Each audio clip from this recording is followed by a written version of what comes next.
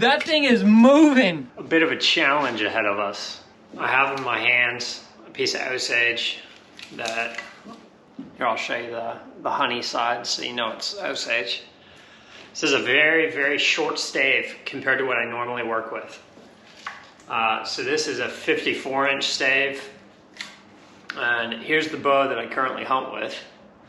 And if I put both of these on the floor in front of me, you can see this one is 64 inches knock to knock. And we've got this little shorty here. It's 54 inches currently, but I might have to take it down to 50. Let me show you why. So on this end here, the growth rings are actually pretty amazing. That's just what you want to see. Like, pretty tight, but not too tight. So this is going to be a very strong piece of wood. But then one of the issues is, if you look at the other side, the rings here are almost all two together, and there's kind of some undulation. Yeah, if you look right here, you can see how this is going to be pretty problematic on this side. So you always want to make sure that the rings on both sides are semi-symmetrical. Like, you don't want really great rings on one side and then all the rings on the other side to be kind of joined into, like, or kind of smushed together like they are. So we might actually have to make this a 50-inch bow, which I think we're going to use the chop saw, just cut off 4 inches so that we have better growth rings, because trying to fight this end is going to be a total pain. So the challenge with this, I have somebody who wants a 28-inch bow, and they originally wanted a 60-inch bow, but we've been talking back and forth, and we both decided that we're just going to kind of go for this one. If it doesn't work out, we have some other staves we can use, or some other types of wood. Like, we've got a great hickory stave over here that can make 2 bows that would be pristine. But this will be a fun project. So 50-inch bow, after we cut it, obviously. But 50-inch bow, we're going to see what we can get the draw length out to. Normally for a 30-inch draw, which is kind of what my draw length is, I'll make a 64-inch bow or higher. This person wants a 28-inch bow, and I've never made a 20-inch or a 28-inch draw on a 50-inch length bow. So this is going to be a challenge, but let's see what we can do. We're just going to cut a couple inches off.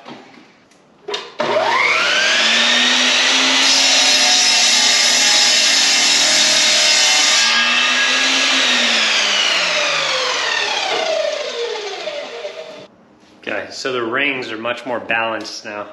So this is the original rings on the side that we didn't cut. They're still great. And then here's the rings on the side that we did cut.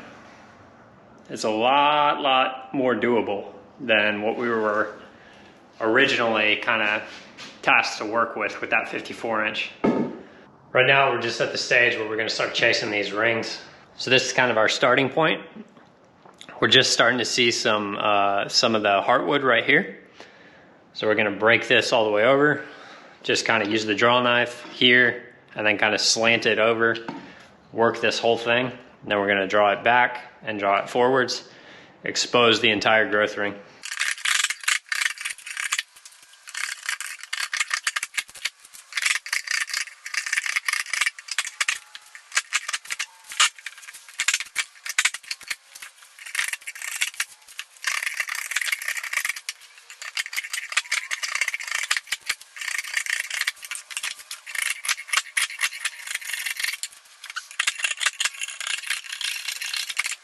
I hope y'all can see it, but there's obviously a lot of gold right here. We're kind of getting down to the heartwood, and you can see some of this crunchy, pithy layer right here. I'm kind of tracing over it with my finger. And that's a separation between a couple of growth rings. So it's right here. It runs right there. So what we need to do, because this top growth ring is already kind of perforated, we're just going to use this one that we've already kind of established. And we're gonna scrape over. So the rest of this growth ring right here, this top one is gonna be gone. So we need to get this ring exposed laterally, completely. And then once that's done, we'll walk it up and walk it down. I've chased about half of this thing now. You can see from this part all the way down is already chased. So that's all one ring. The reflection of the light makes it kind of hard to see. I'm trying to make sure you guys can see it. But this is all one ring, and then you can see very clearly this separation. This is a different ring, right? And you see kind of some of that chalky stuff that we've talked about, that chalky, pithy, kind of, this is early wood. But that's kind of that crap wood that you want to get rid of. So in order to access the growth ring that we're after, we need to scrape underneath that kind of separation right here. So we're just going to take our draw knife. We're going to do the same thing that we just did to this part. It actually went pretty quick. But all we have left to do is take the draw knife, start scraping here. We're just going to scrape all the way down and get rid of all this sapwood and hopefully chase this ring all the way down. Sometimes what happens is that you'll be chasing the ring and you'll get almost to the end, and sometimes one of the heartwood rings will actually be a sapwood ring on the opposite side, if that's the case. So let me kind of explain what I mean by that. So if you're looking at these, you can see how this white area kind of dips down a little bit right here. So if the ring that we're chasing is, say it's this ring right here, it would be heartwood on this side, but then it'd be sapwood over on this side. And you don't want that. You want your bow backing to be completely heartwood. So if we continue chasing from where we're at, the ring that we're already chasing, if we chase that all the way up, and we get to a point where it looks like that's no longer heartwood and then it's transitioned to sapwood, we're gonna have to drop a ring and just kind of you'll have to re-chase the whole stave. So hopefully that doesn't happen, but if it does happen, it really doesn't take very long to re-chase the whole thing because you're already going to have all these extra layers off and you only have to get in down under one layer of heartwood. So it actually goes pretty quick. But best case scenario, we chase this thing all the way down and it's just one golden ring all the way down. Right now, I have the bow up in the vise and I have it at an angle. Our light source is right up in the ceiling behind us. Sometimes doing this can make it a hell of a lot easier to see where you still need to chase. So, for example, if I didn't have it at this angle, it'd be really hard for me to see that there's still some growth ring right here that I need to take care of, just around this little knot. Whenever you are going down a growth ring and you're trying to expose the whole thing, you're going to come across little knots like this. These are called pin knots, right? So pin knot, pin knot. Whenever you hit something like that, don't go through it. I would go down and then go around it and kind of go below it as well so that you can come from the bottom, come from the top, come from the side, and come from the side. You never want to pass through a knot or go over a knot with your draw knife. You always want to go to it, but never through it. So it's easy to remember. To it, but never through it. So you can go to it, to it, to it, to it, but you would not want to go down, hit it, and then go over and through it. We've got our fully chased growth ring now. So I know that it's going to be kind of hard to see just because of the fluorescent light up above. But that light makes it a hell of a lot easier for me to see the growth ring. That's just a tip. Whenever you're chasing a growth ring, make sure that you're probably the best light source is the sun. So if you're doing it during the day, I would advise doing it outside. Or if you have a shop or a garage with a really good fluorescent overhead light, that will also make it easier. But if you're trying to chase a ring, and you're like, man, I'm not seeing any of those deviations or like that pithy wood that like the guy was talking about, sometimes that's just because the light source isn't oriented in the right way. So a lot of the times I'm kind of moving all over the shop. I'll move between where I have the vise, where I have the shave horse. Sometimes I just put it up against a wall or something so that the lighting is kind of down lighting. A lot of the times that can make it way easier to see kind of where you need to follow with your draw knife to chase that ring all the way down. But this is end of day one. Tomorrow we'll start carving into it. We'll put a handle, or we'll carve the handle in. We'll thin the limbs out, and then hopefully we can get to the stage where we start tillering tomorrow, and maybe we can finish it up tomorrow if we really get after it. But that's all for now. Beginning of day two, guys. We've got the freshly chased growth ring as of last night.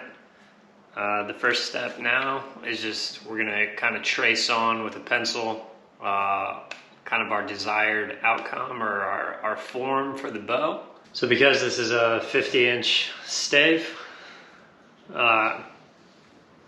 marked the center. We measured 25 up, did center, and then 2 inches down, 2 inches up for the handle section. And then I like to do another 2 inches down and another 2 inches up. That's gonna be for the fade outs. So I like to put FO for fade out, H for handle, C for center. And then after you have those drawn on, just trace it all the way around so that it covers like the entire outer surface of your bow. Okay, this is what it'll look like when you're done. So the next part that I'm gonna start on, I have the end of my handle section here, and then the fade out. Then on the side I have the handle and fade out lines. So I know that for Osage bows, the final thickness will always end up being about 3/8 of an inch for how I build them. So I normally go about 1/2 an inch and just kind of eyeball whatever 1/2 an inch is, and I go from the back of the bow, so the part that we just chased, face that towards me, go 1/2 an inch away from me on the fade out line. So it's about right there. Make a little mark and then draw a horizontal line connecting it to your handle line. And then you're gonna go back and draw like a little curve so that it's actually like a fade out, you know?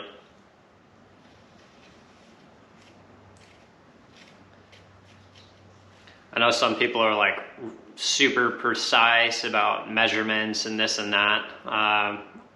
In my opinion, this is more of like an art form, is making bows. So the last thing you want to do with something that's supposed to be a creative experience is make it too analytical. So try to step away from the numbers and just kind of let the wood guide you, because you can draw all the stuff that you want on there, but in the end you got to listen to your stave, because that's kind of the governor for what you're allowed to do and what you can accomplish with a certain piece of wood. So all I'm going to do right now is, got the pencil in my hand, that 1/2 inch thickness, I'm just going to trace down the entire side of the bow and just trace on where that line will be. I might actually use a Sharpie for this, just so I can see it a little bit better. Let me see if I can find one.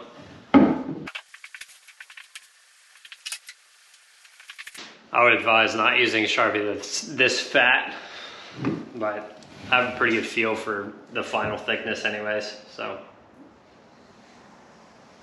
Just kind of go down the edge. Just use your knuckle so that it's approximately the same thickness throughout.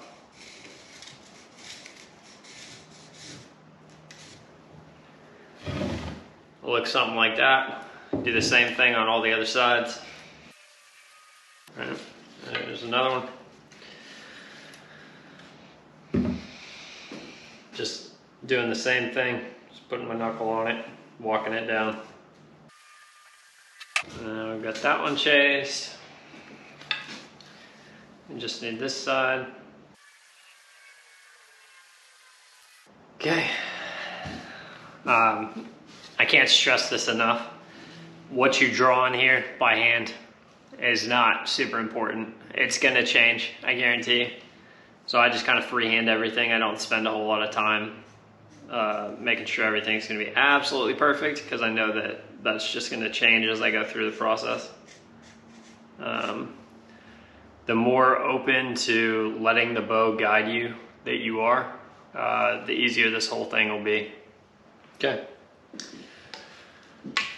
So this is what it looks like after you kind of draw on everything you need. You got the rough outline, rough little fade outs. I don't care if they're perfect, it's gonna change.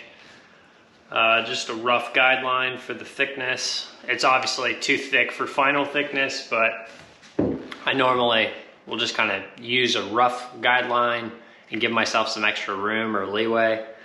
That way if I dig in anywhere, I know I'm not affecting the final outcome of the bow. Now all we gotta do is start carving away at it.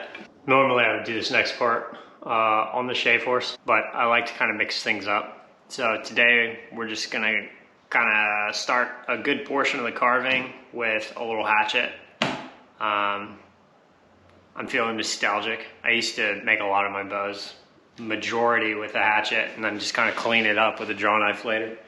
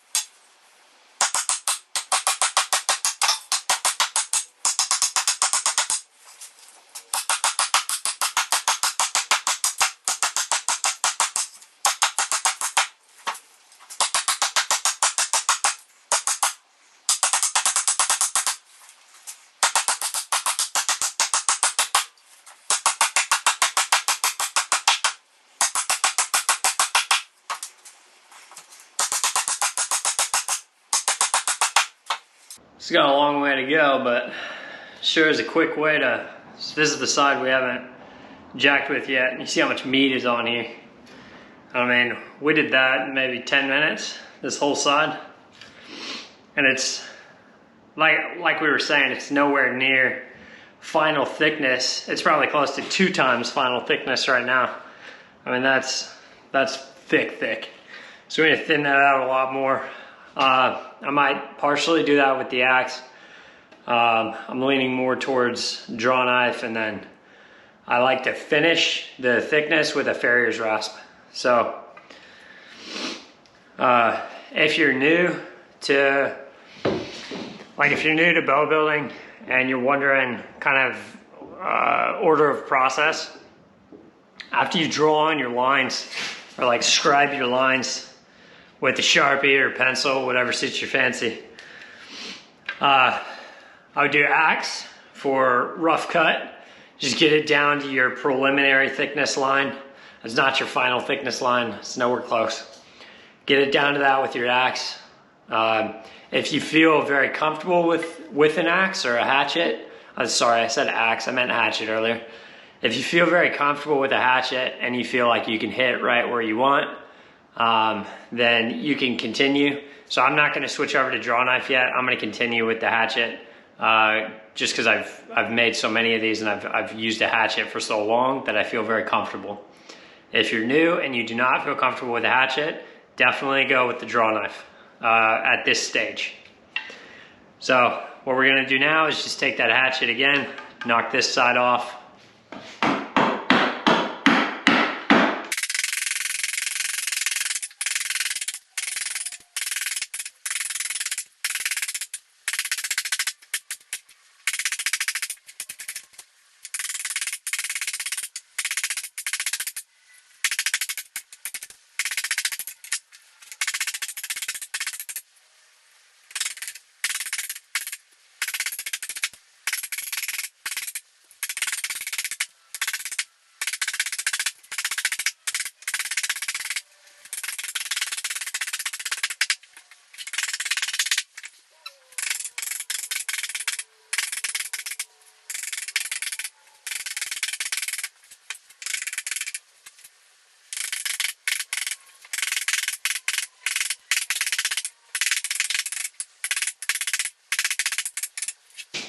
This is where we're at now. We just finished kind of thinning this limb out.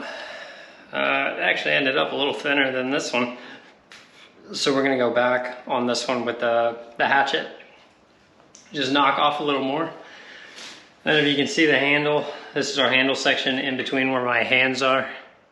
Well, I guess this is the handle, and then here's the fade outs. But it's way too thick. So I'll kind of show you how I do that part here in a sec. Right now though, we're just gonna thin out the limbs a little bit more with the hatchet.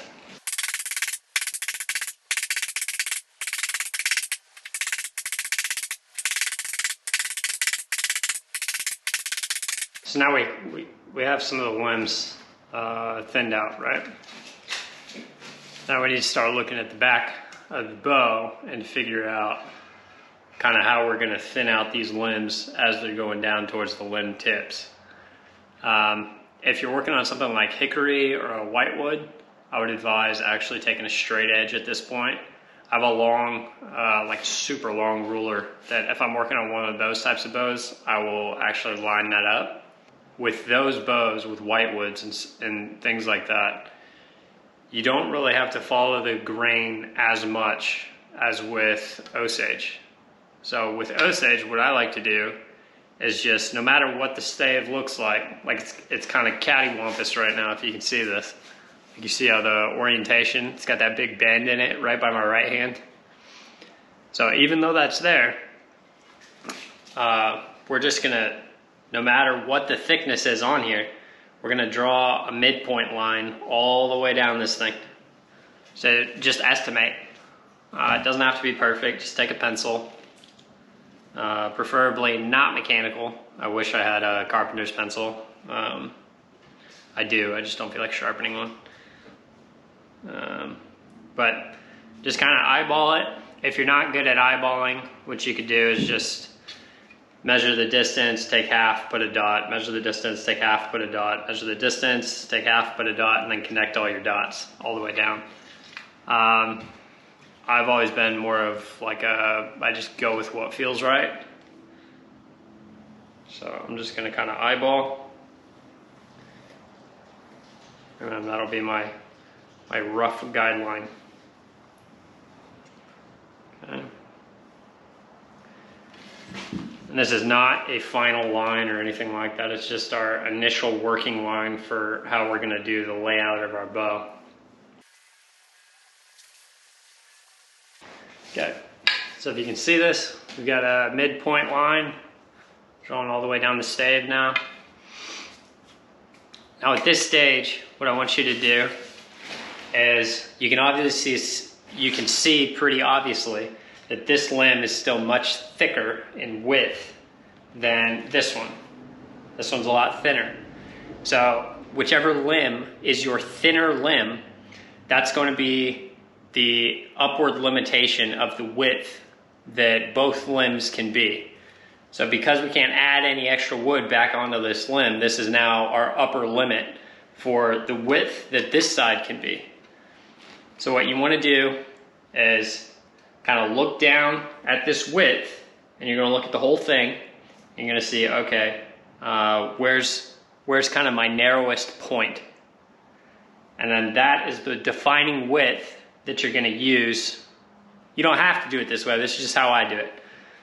But I find the narrowest point on the thinner limb, and then I take whatever thickness this is, that looks like about 1.5 inches maybe, and then using our midpoint line, if it's 1.5 inches, just assume that I've already measured this and that this width right here was 1.5 inches. I would go to the other side, assuming it's 1.5 inches, I would do 0.75 inches on of width on either side of my midpoint line, kind of like that. So I've got a mark here and I've got a mark here. 0.75, 0.75. That's actually more like 1/2 inch, but 0.75 would be like right there. But I would do that, and that would be my limb thickness. I would just stick down that midpoint line. I'd draw another 0.75, 0.75, 0.75, 0.75, and do that thickness all the way down. and then we'll do the next step afterwards. I was pretty spot on with that mark I made. The one that I was estimating, 0.75, it's actually right on 0.75, so that's awesome. So if you can see these two marks now, the outer marks are the 0.75. You're gonna do that a couple of times. So for me, you'll probably wanna use a straight edge or something if you're a beginner. If you feel comfortable, just scribe your lines. So I know this thickness here, so I'm just gonna use my knuckle, continue that thickness all the way down. Okay. And flip it around, same thing on the other side. So I have my 0.75 mark right here. Gonna use my knuckle against the edge of the wood. Just go back and forth. That's why mechanical pencils suck. If you hit any type of grain or knot deviation, they'll just snap right there. It's really annoying.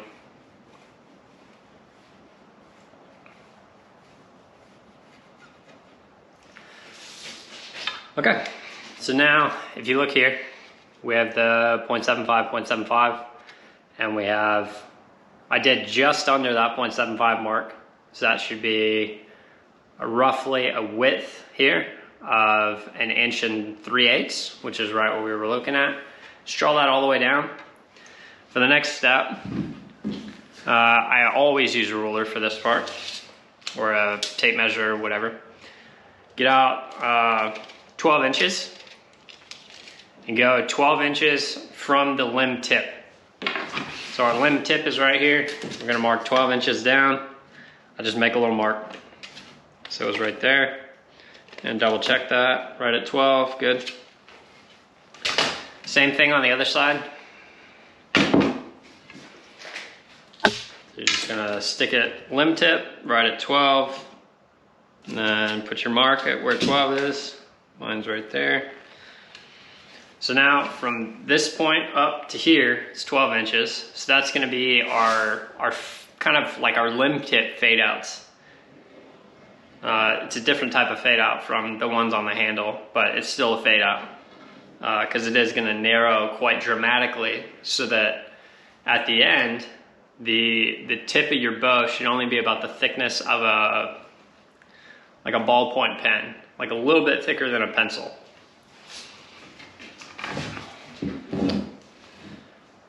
And this bow is we're only shooting for like 50 pounds, so we don't have to worry nearly as much about if the nock size is too small or anything like that. Well, realistically, the ending weight for this bow is supposed to be right around 50.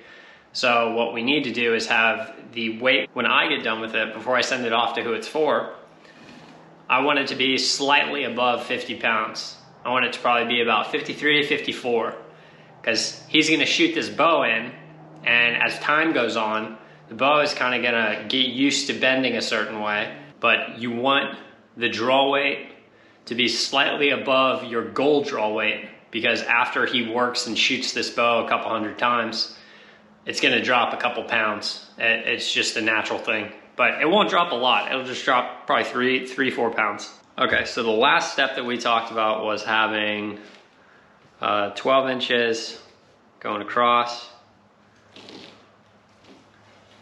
and then 12 inches from the limb tip going across. I'm just gonna make a couple marks here so that we have that. Just gonna retrace over some of the lines that we have, just real quick. And now at the end, wherever your center mark is on here, so this is our middle line, right? I wanna do, I like 1/2 inch thickness at the end. So I want 0.25 inches on both sides of this middle line. So do 0.25 here and 0.25 here. And then I've done this so many times, I know this measurement, I just know what it looks like. But you can always measure just to be safe. It's right at 0.25. We have our midpoint line going down the whole thing. You guys are already familiar with that part. We had our fade out line, our handle line, our center, our handle, and another fade out line. That's how I like to do it. I always do my handle section. So from the midpoint line that runs all the way down the stave, wherever your 2 H's are marking your handle section thickness, you want your handle to be 1 inch all the way across. So do a 1/2 inch off your midline on each side for that 4-inch handle section.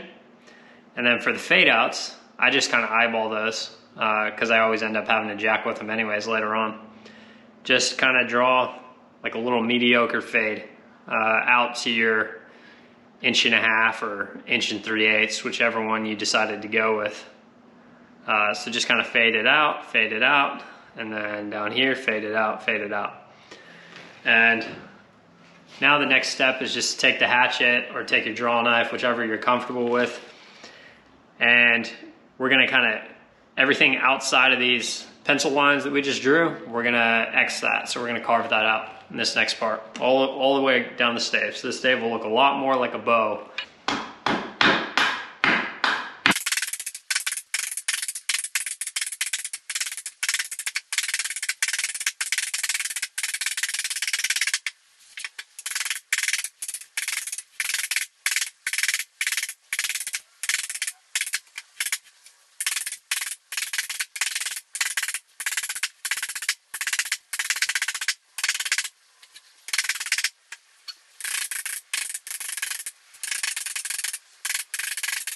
Okay, nice.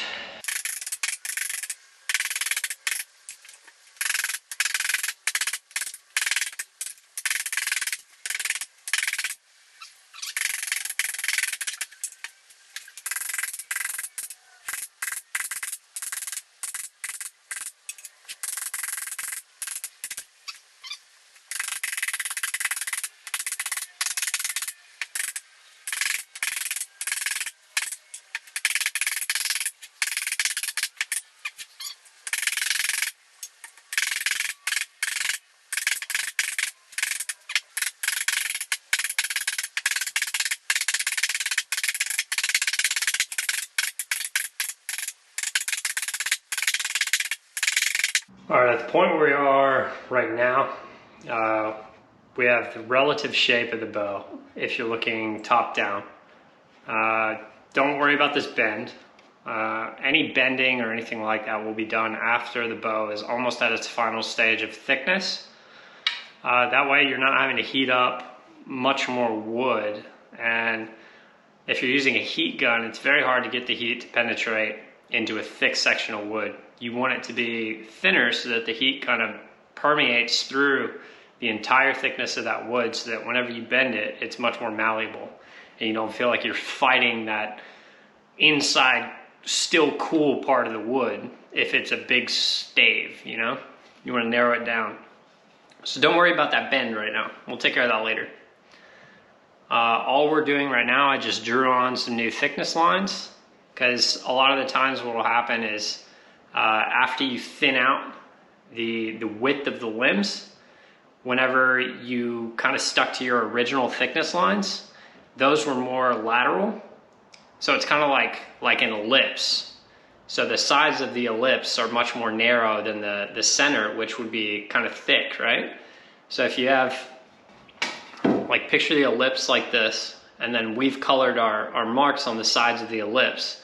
And we're like, okay, we just gotta shave off that stuff, hit those marks. But then because it's an ellipse, whenever we shave off the ends of the ellipse, so it's like cut, cut, that part in the middle is way thicker. So we're gonna do kind of rough thickness lines again, now that we have that lateral thickness kind of right where we want it. And then after we have this roughed out, I'm just gonna continue roughing this out with the hatchet, just it's faster. Well, at this stage, it's probably about the same, but definitely at the beginning, it's faster. There are a couple of issues that I'm starting to see that we'll probably have to deal with throughout this process. But for now, let's just get it down to the black lines with the hatchet.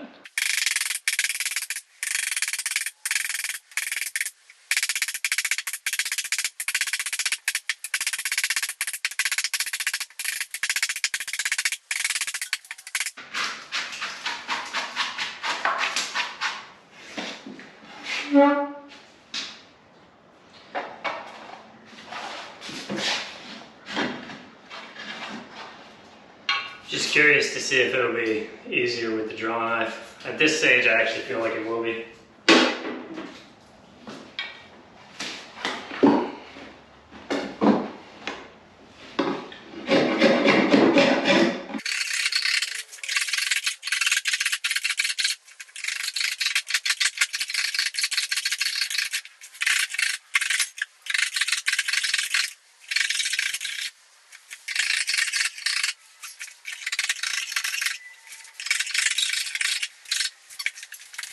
I don't really go perfect because it's not perfectly flat.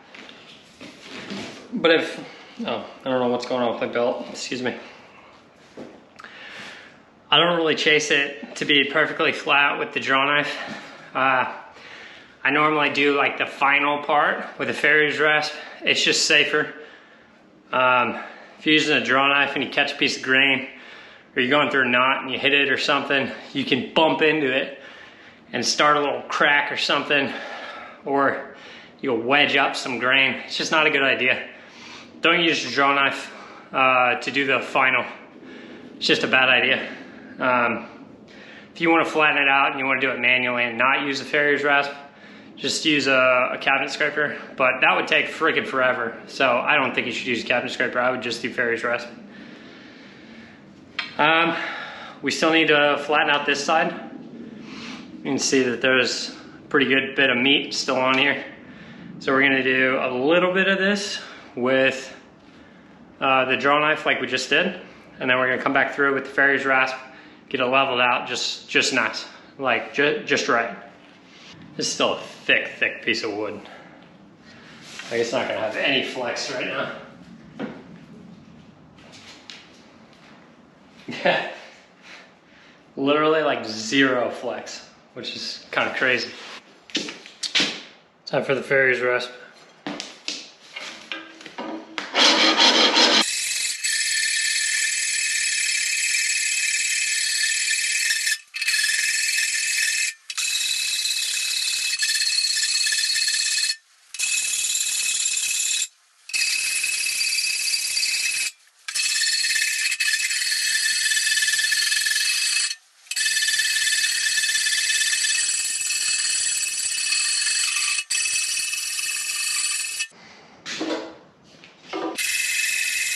When you're transitioning to using the Farrier's rasp, do one side.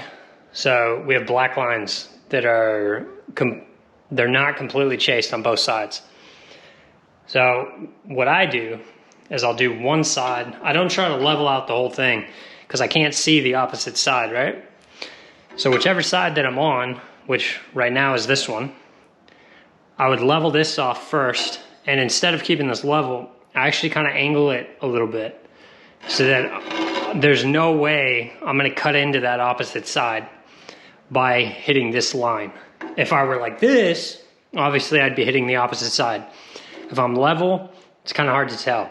If you're angled down just a bit, like angled down towards you, you're able to hit that line exactly. So you're going to have a slant when you're done. And then you're going to do the same thing on the other side. So you got a slant and a slant. So that's going to make like a little teepee in the center.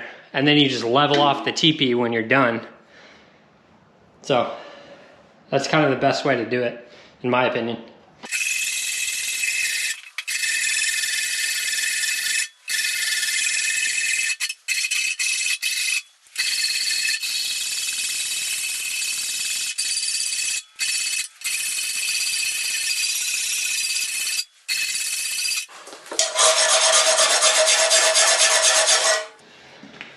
Okay, so at this stage, we started out here, we made our slope, then we came to this side, we made our slope.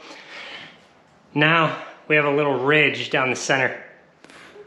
So the third thing that you do with the Farrier's rasp is you take it and you level off that little valley in the center. Here. You can probably see this if I do this. Look, if I stand up that rasp, see how there's a little valley in the center? So we want to level that off.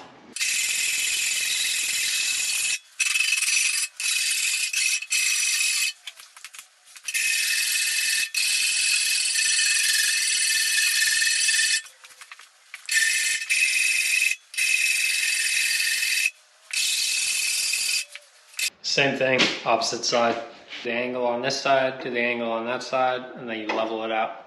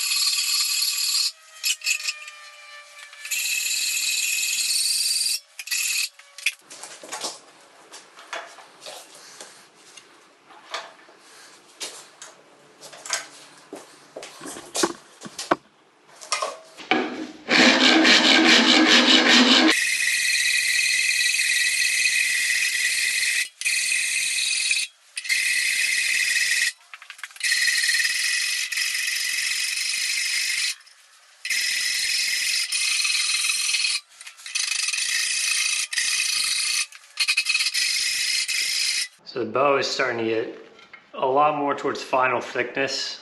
It's been real hard to get this one to start bending. This side actually just started bending after the alterations we just did. We went back with the draw knife. We drew some lines very similar to what we're looking at here. We used the draw knife to get down to those lines, roundabout. And then we switched over to farrier's rasp again. We did the angle, and then level off. Kind of the same as what we talked about earlier. It's starting to take shape. It's getting a lot lighter. This is an extremely hard piece of osage. Sometimes they're just a lot harder than others. But I can show you something that's kind of cool for comparison. So this bow is at its final thickness. This is my current hunting bow. And this bow is the 50-inch bow. This one here. Look how similar those thicknesses are. And this one barely bends, and I can draw this to 30 inches. So, kind of crazy. It just varies from piece to piece. I mean, I know that this one is longer. My hunting bow is longer. So the longer it is, the more kind of leverage you're gonna have in order to bend the limb. So if this had another, 10 inches on the end, it would bend just fine. But because it's short, it's proving to be an interesting challenge, but kind of excited to keep going. Not sure yet if we're gonna keep the handle, if we're gonna try to make that work, or if I'm gonna carve through it. I'll have to see, but yeah, I like it a lot so far. We're just gonna do the same thing to the other side. So we're gonna take the draw knife down to this black line, and then we're gonna farrier's rasp, flatten, and then we'll be even on both ends, and it should start to bend, and then we can just kind of start the tillering process from there.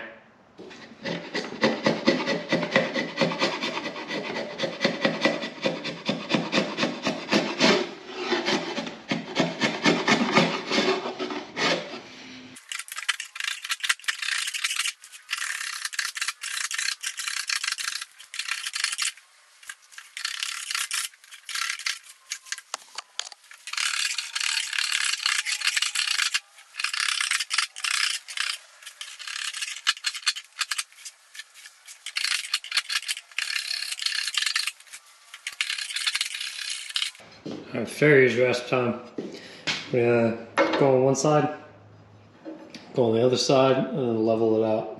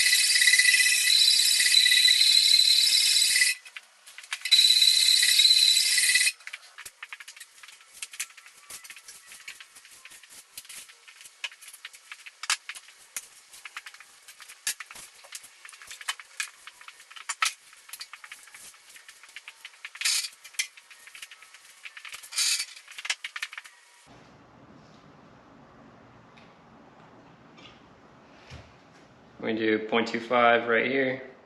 That's 0.25. And that's 0.25, just like that.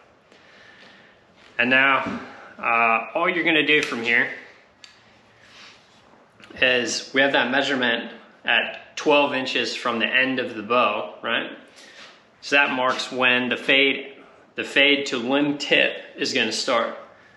So this measurement should be 1 3/8 or 1.5 inches if you wanna be like rough, just to make the math easier.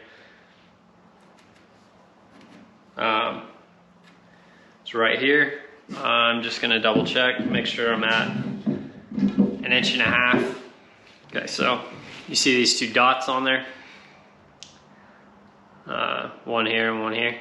That's the new measurement. Well, it's actually the same measurement, we're just being consistent. Just kind of trace that down your limb.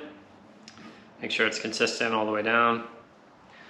I freehand a lot.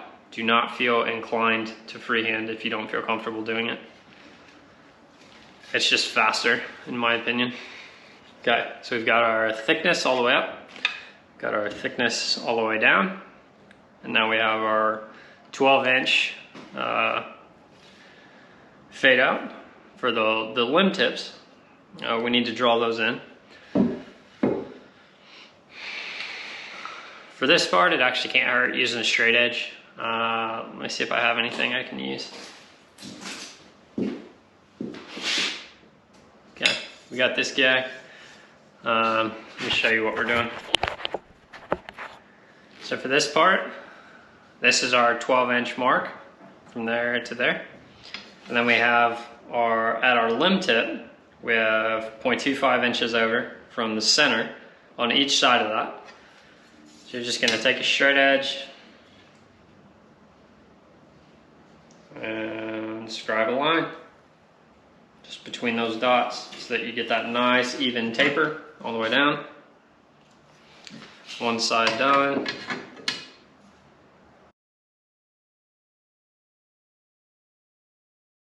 So here's one side, we've got our fades, and then here's the other side, we've got our other set of fades.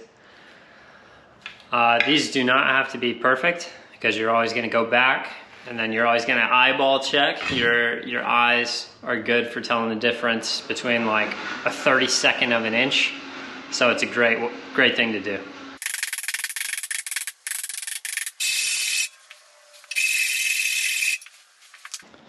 Okay, so I'm sure this isn't perfect, but it's a hell of a start. We're gonna flip this over.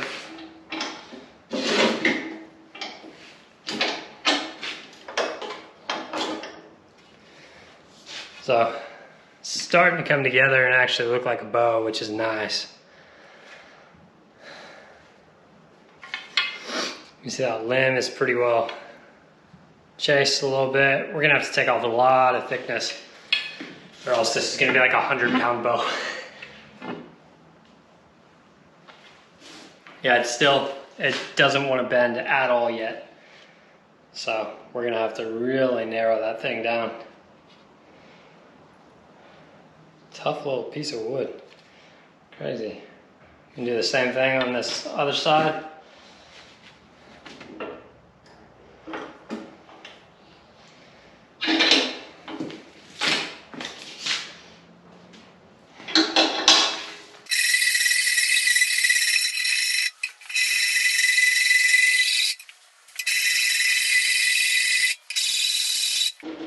Whew. All right, let's see how we're doing.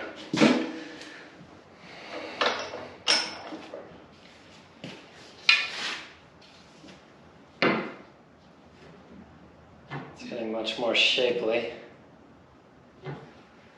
See if it bends at all. Just starting to bend a little bit. Yeah, this could end up being a pretty cool little bow. Not gonna lie. I like it. We have the limbs pretty thinned out. If this was a normal, like a standard size bow that I would normally make, these limbs would almost be done. And I would just have to put it on the tillery tree, I could probably get it to brace height right now. Brace height is just, you have like 8 inches from the handle. You can stick your hand with your thumb up, or you can do palm up if you want a really high brace height. Depends on the length of your hand. Most people just do this, and then they want their thumb to have a little bit of clearance in between their thumb and the string. But because this is such a short bow, I have a feeling that we're gonna have to kind of minimize the handle as well. So these fade outs right now are pretty gradual. We're probably gonna have to change that. I think that we're gonna have to make it like literally just wide enough for the width of a grown man's hand. And then we'll do immediate fade outs, because those extra couple inches, just from minimizing the fade outs, will help the bow kind of bend a lot more. But we're off to a good start. Right now, we're trying to, so the handle normally is 4 inches, and then there's 2-inch fade outs on either side, so the total width there is like 8 inches. But because this is such a short stave, we're gonna make the handle section as thin as we can, like lengthwise. So I guess not thin, just shorten it as much as we can so that it's just wide enough that we can put a grip on there and it feels sturdy, it feels good. And then we're gonna do real sharp fade outs, and then we'll continue to thin these limbs until we have a bending bow, and then we'll do the tillering and finish. So just because the width of my hand right here, I could lose a little bit on these fades and still be fine.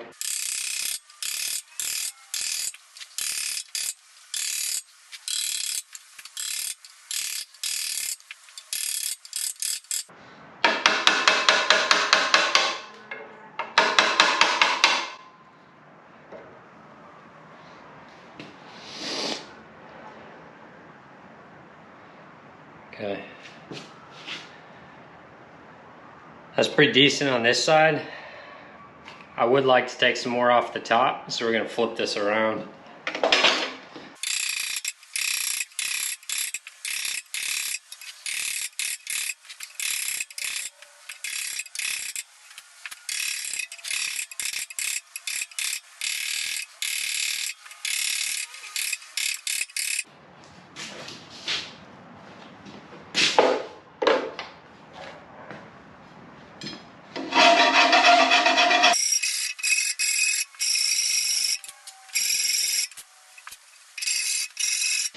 That was probably the shortest handle section I've ever made on a bow.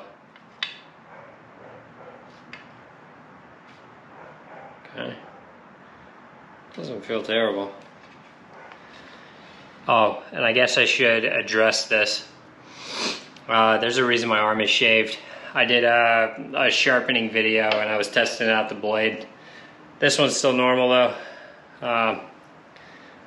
What do y'all think? Should I let it grow out or just shave them both? Well, I have to leave this one temporarily because I gotta do another long form sharpening video to show people how to actually do it. So I guess this one's gotta stay until then. See how it's bending?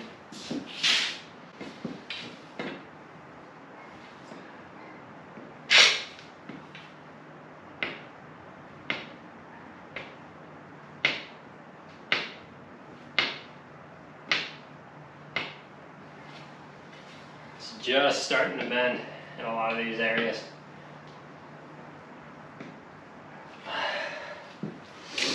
When I'm pushing on it, like this, on this side especially, it wants to rotate clockwise. So part of that is because of the bend in here, or that propeller twist that's already in here. But we can get that out with heat. We're getting close to the stage where we're actually gonna do that step. You always want to thin it out a whole bunch before you apply heat, so you don't have to sit there with that heat gun for as long.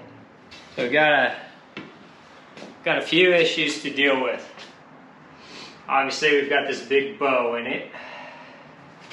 And then besides that, this end, you see how it's pointing towards the ceiling? So the opposite end is kind of pointing where my thumb is, or now my pointer finger. Or that's not my pointer finger. Now where my index finger is pointing. It's like off to the side over there.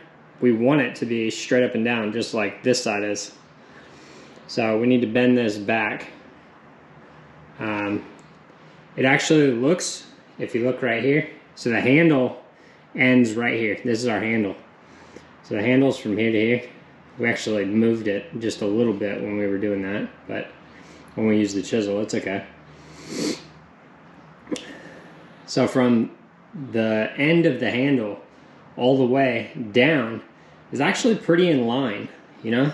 And we kind of got lucky. Sometimes the bend runs straight through the handle and you can't really fix that just because there's such a big chunk of wood right here. But we got lucky because the bend actually kind of starts right here. So if we heat bend it here, we can just bend. Yeah, so we're gonna heat up right here, and then we're gonna take this whole thing, and this is gonna be our bending point right here. We're gonna bend this whole thing to there. We're gonna bend it out so that it's straight. Whenever you have to get out a bend that is kind of left to right, having to do with the bow, there's a very specific jig that you either want to make if you don't have, or that you just want to grab if you already have it made and stowed away. It's this guy right here. It's just a 2x4, cut off some about 4-inch blocks, 4.5-inch blocks. Just cut some little dig outs into these so that the bow can rest kind of with the sides pointing towards the ceiling. And then you always want to look at how you want to orient. Let me put this in the vise and then I'll explain the orientation. All right, so we were talking about the orientation. So we've got these grooves. We've got one here, yeah? Now, you want to put it so that it looks like the letter N. You want like a little mountain. You don't want a valley like that. That's a valley. You don't want that. You want a mountain. Just get it in as best you can and then start heating it up. It's going to take a while to heat up, so you can do any kind of like micro tuning or jimmying kind of while it's heating. I don't know if you guys know, but my wife and I actually rent this house. And because of that, it's kind of an older house. So some of the outlets, if you kind of overbook them, like if I run the fluorescent light and the heat gun at the same time, it'll blow the breaker. It's crazy. But there's our little mountain. We're gonna start heating it up. Now, I've said this in previous videos, but you want to apply the majority of the heat to the belly and sides. Kind of go easy on the back. After you have it kind of heated up, you want to start putting clamps on.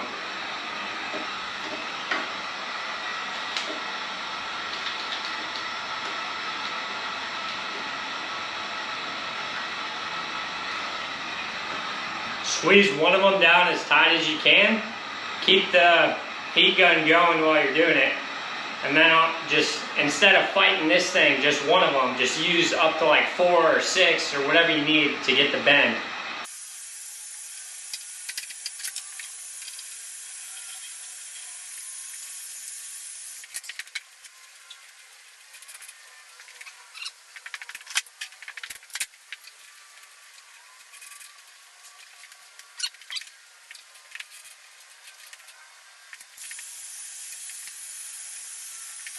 So whenever you're making bows, sometimes things will happen, just unforeseen circumstances, and you kind of just got to go with the flow. That's why I'm not very big on like super careful measurements or using calipers for everything. I hate all that because things are going to change. Here's a perfect example. So when we were straightening this thing out, it's a lot straighter than it was, if you can see. It still has the propeller twist, so it's not going to look as straight as it actually is. But we ended up having to thin out this handle section right here because when we bent it, this is where we bent it, and we had to bend it so much that a crack actually developed right here. And I didn't want that to affect potential performance. You can't, if a crack is anywhere on the backing of the bow, you either have to completely exclude that crack from the bow, or you have to go down to another growth ring. But this crack was through all the growth rings, so I didn't have the option of just dropping a growth ring. The only option I had was to cut that part out or scrap the bow. So we decided to cut it out, and it's actually has given me kind of a new idea for the shape of this bow overall. It's something I haven't really tried before, so I'm excited. We have the handle section right here, and that's a pretty narrow handle. I don't like a big girthy handle, but this handle right here is just big enough for our hands, and if you look at it, even where the fade outs are, it's the same width. Normally, right where my fade outs are, I'll have it kind of expand outwards. Let me show you what let me show you one. So normally when I do bows, here's the handle section of this bow, and then here's the fade out. So as it fades out, it's also getting wider on the limb. That's my normal, that's just how I've always done it. There's no right or wrong with bows. It's if it shoots and if it stays together and it shoots well, it works. Anybody that says like, oh, that's not how you do it, they probably haven't made very many bows, because you can make them a million different ways. You just have to be creative and adaptable. I think that's way more important, and you'll come up with much cooler bows going about it with that train of thought, rather than being super, super focused on like anal details. Don't worry about that stuff. Just stick with kind of the guidelines and then just make it work for you. So we have our handle section here, and you can see even as the fade out is occurring, so right here, it's the same width. We'll see how it holds up. Right now, it's barely bending, so I'm thinking that just for this 2 inches right here that has like very minimal flex, I just won't touch that now. Because it doesn't have that added guard of width, we're just gonna give it an added guard of thickness. It's the same thing. We're gonna do some heat bending real quick. It's just a long, kind of arduous process. So I showed you guys the heat bending, just one of them. So I'm just gonna do the other ones off camera. It's just wherever you have a bend, heat up the wood, put the clamps on, let it cool. Always bend a little more than you need, because after you take the clamps off, it's gonna bounce back just slightly. Okay, so behind me, we've got the bow sitting in the jig. We put it back in that same jig after we kind of took out some of the propeller twists, because then we had better access to actually getting rid of that sideways bend. But let me give you a visual of kind of what I was talking about, where you don't want to go straight to level, you want to go a little bit below. And then when you take the clamps off, it'll go from a little bit below the goal to dead even. Right here, it's very subtle, but it is dipping slightly. But all in all, the bow has really come a long way in probably the past 30 minutes. Right here, that's kind of our contact point. You'll know when it's ready to take off. If you can feel this with your hands, and it doesn't feel very warm anymore. It doesn't have to be cold, but it just doesn't want to feel like, oh wow, that feels nice on my hand because it's warm, or obviously like, ouch, that's hot. All right, so I want to get y'all a real good visual of when I take the clamp off, the thing is going to rise up just a bit. So it's pretty cool now. I don't really feel any warmth or anything. It's been there for probably 15 minutes. So I think we're good to take it off. Just watch it rise up.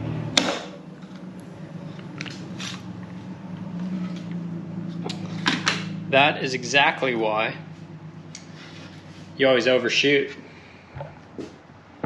So still, this is,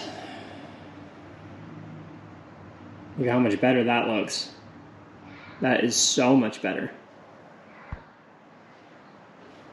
we're almost done straightening. That tip on the end, so the far tip right there, that needs to be bent kind of up a little bit. So we're gonna heat that up and bend that. Okay, I just want to give you guys a close-up of the next issue we're trying to solve. So there's kind of two. So if you look at this limb at the far end, the handle is pointing, the back of the bow is pointing to the left. The part where your hand would go is to the right. This is perfectly lined up. And you see how straight this limb is after we heat bended it? And then in contrast to that, if you look at the limb closest to us, there's a bend here.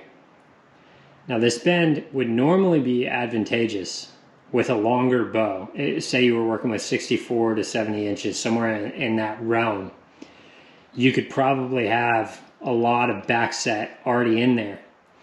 But backset on a short bow that you're trying to get a long draw length out of could potentially be a hazard, because all backset is doing is putting preset strain on the bow. So if you're going short bow, I would kind of be very weary of the fact that there's backset in here.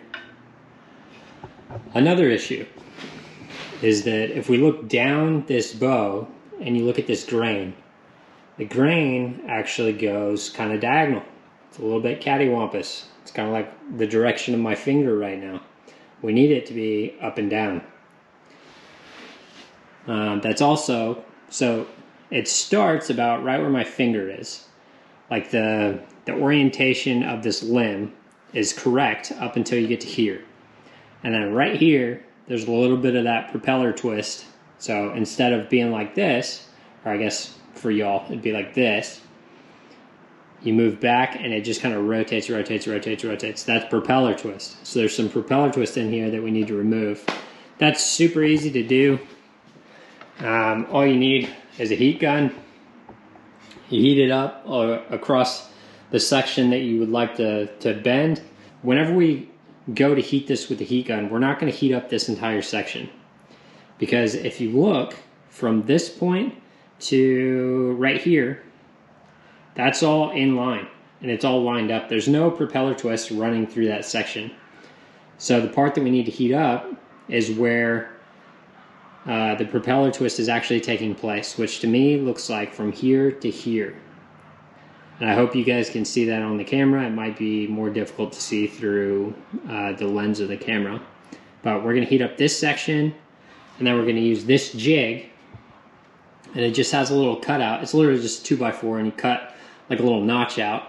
And that fits over your bow, and then you can twist it and apply torque to fix propeller twist. While you're using the heat gun, keep it moving. You don't want to sit there and just have it like stationary. You know, that's going to cause like a char mark, a burn spot. It'll make the wood really brittle and dried out, and then you'll have to, if you do that by accident, you can always kind of coat it with water. Just run some water, get your hands wet or get a wet cloth or something. Run some water over the surface, let that soak in overnight. But that's, if that mistake happens, don't let that mistake happen. Keep it moving. And it's belly and sides, not back. If you're not sure if it's hot enough, just feel it. You shouldn't be able to leave your fingers on the heated parts of the wood for longer than like a second. It should be really hot. Just a little bit on the back. I never really do very much. And move it fast when you're doing the back. Woo! I think that'll do. That was way hotter than I thought it was. One thing to kind of keep a note on is when you're doing the twisting, try to only apply a twisting force.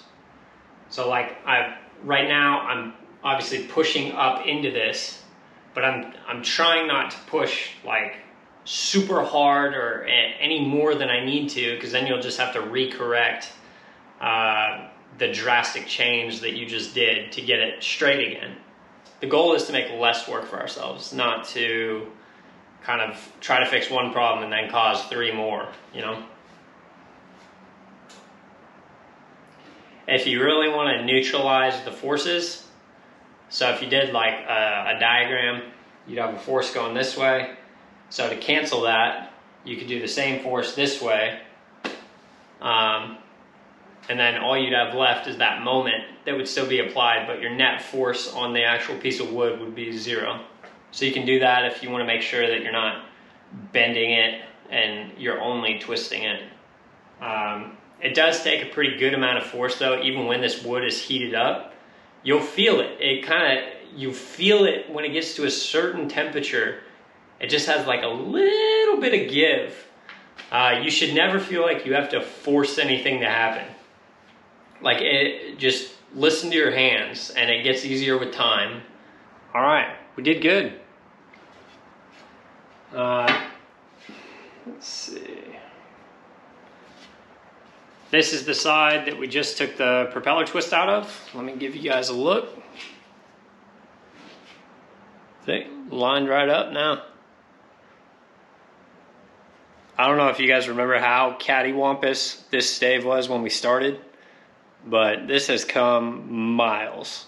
If we can actually turn this thing that was like this wavy, knotty piece of garbage into a 50-inch little short bow that has like a 28, 29-inch straw length, you better believe we're making history with that. The goal is to make it very even prior to starting to use the tillering tree, which is on the wall behind us. So I wanted to take out some of that backset that was in here. So we just heated this up, kind of straightened it out. Now it's very, very straight. You can still see a little bit of swirl, but the net straightness, like if the straightness from this point to that point, is very, very consistent with the straightness from this point to this point. And that's what we want. We'll probably get the farrier's rasp, kind of take a little bit of this meat off, get it bending a little bit, and then we'll just stick it on the wall and do the final tillering, but we're almost there. Please excuse the change in shirts. It's a little chilly here, so I just went and put another layer on real quick. The part that we're gonna get started on, we're gonna finish, well, I actually started it last night, but we're gonna finish it up today. It's called floor tillering. So it's just like the tillering that we do on the wall where you put the bow up and you bend it, but it's kind of the stage that you do before like tillering tree. You do what's called floor tillering. All that is you take the stave, let me bend you guys down a little bit so you can see. So you're just gonna take this stave here, you stick it on the ground. If it's a stave that you want to turn out well, I would advise using like a cloth or something as a pad. So just throw this on the ground, and then that's what you set it on, so you're not damaging the ends. And just see how it's bending. So this one's bending semi-evenly. It's still, on this limb, it was bending a lot right here and kind of stiff right here. So how you fix that is just taking the farrier's rasp to it, just take off a little bit of thickness and then bend it again. Every time you take off thickness though, be sure to test frequently. So like don't carve off a whole bunch of stuff and then go test it, because you're just gonna have like a piece of spaghetti, like a limp noodle, you know? Let's check this side too, see where we're at.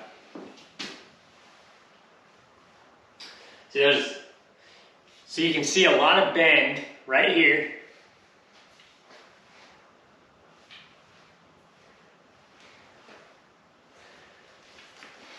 But again, I'm not seeing very much in this lower section.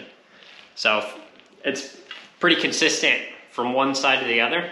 We have a good bend here and a good bend here, but we need to have it bend more here and here. So let's get after it with the rasp. While I'm doing this, I'm constantly turning it to the side and making sure I'm not taking off too much thickness.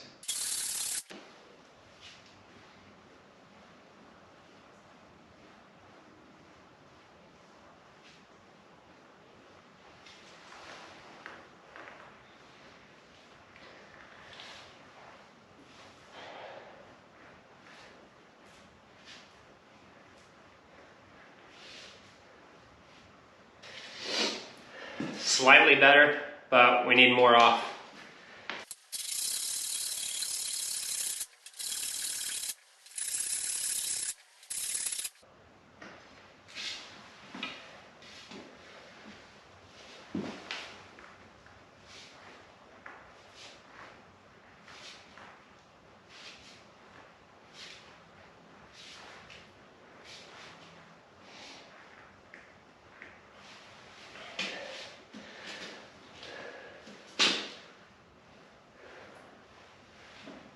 I'm gonna do a little bit on the opposite side too. It's kind of stiff right here.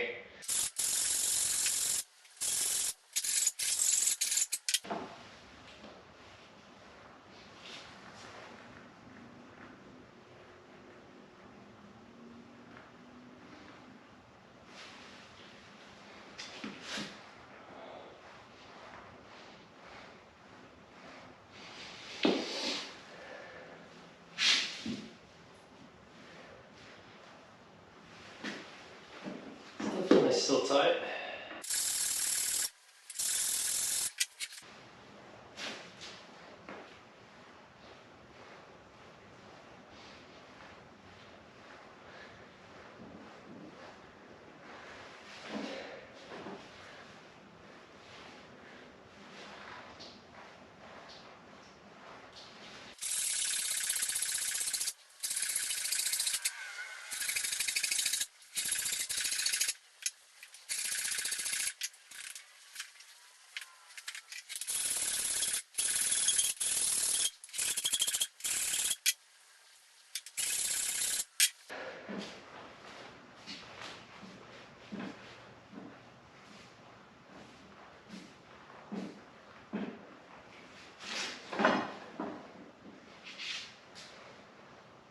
So as things go, as soon as I started working on stuff, I got a little hot, so I rolled my sleeves up.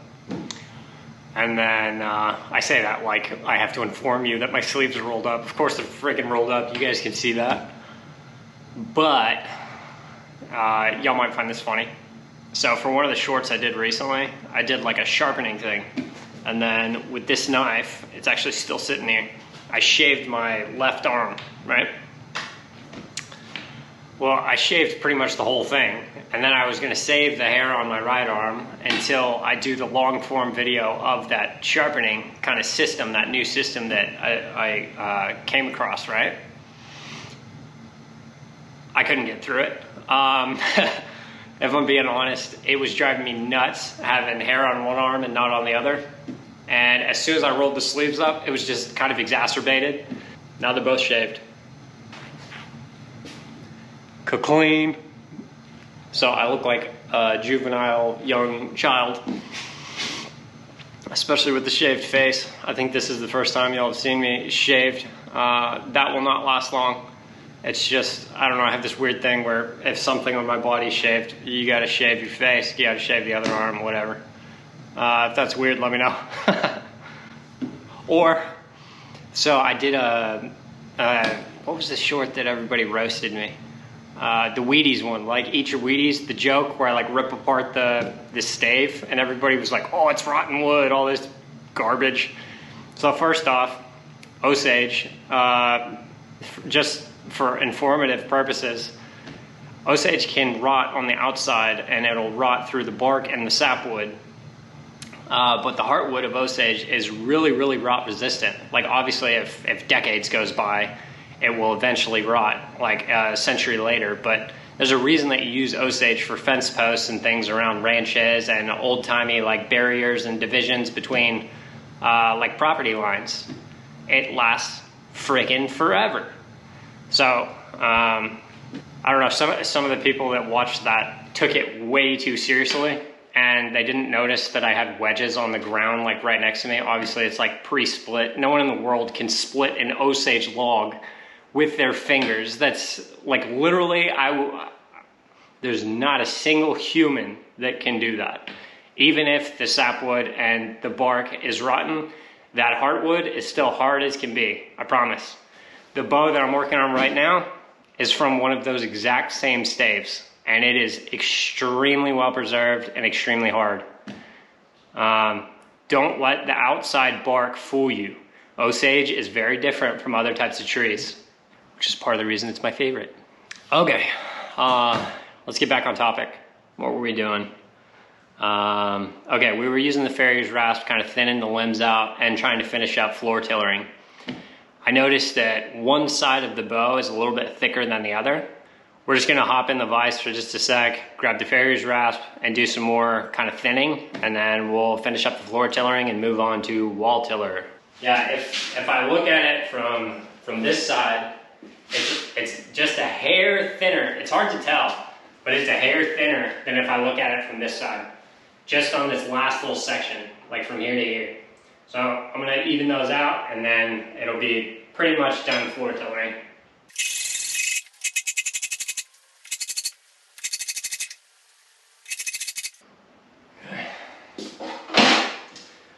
That's literally all it takes. It's we're getting to the point where it's going to be cabinet scraper time, which is used for micro alterations. So the macro changes are just about done. We're getting there, guys. This is how it's coming along. Right there and there. Obviously, we'll sand the crap out of it and make it beautiful. But compared to what it was when we started, I'm pretty proud of this so far. Especially if we can get that longer draw length. Apparently, a long draw length with a 50-inch bow is supposed to be impossible. I tend to disagree with statements like that. I think that people that make those statements, they might lack creativity, or they might lack some know-how. This statement could come to bite me in the ass if I start tillering it on the wall and then it snaps.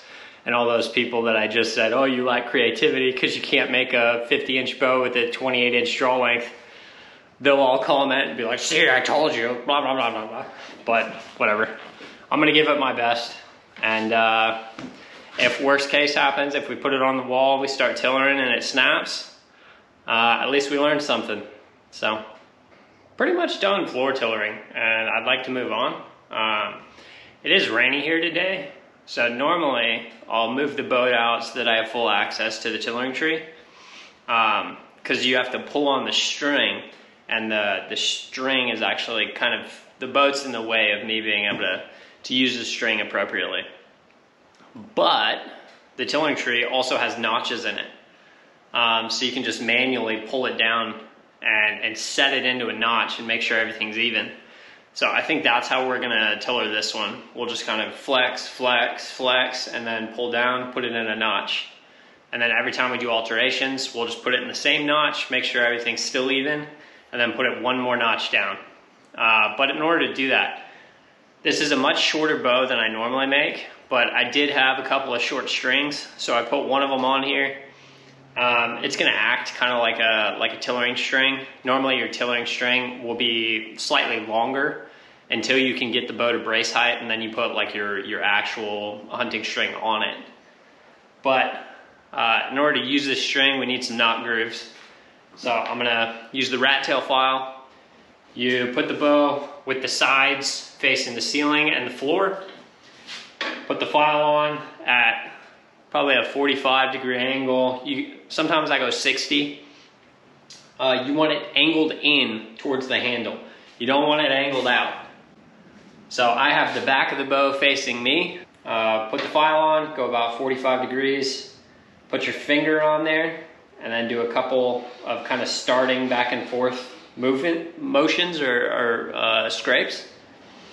And then just kind of get that hole dug out.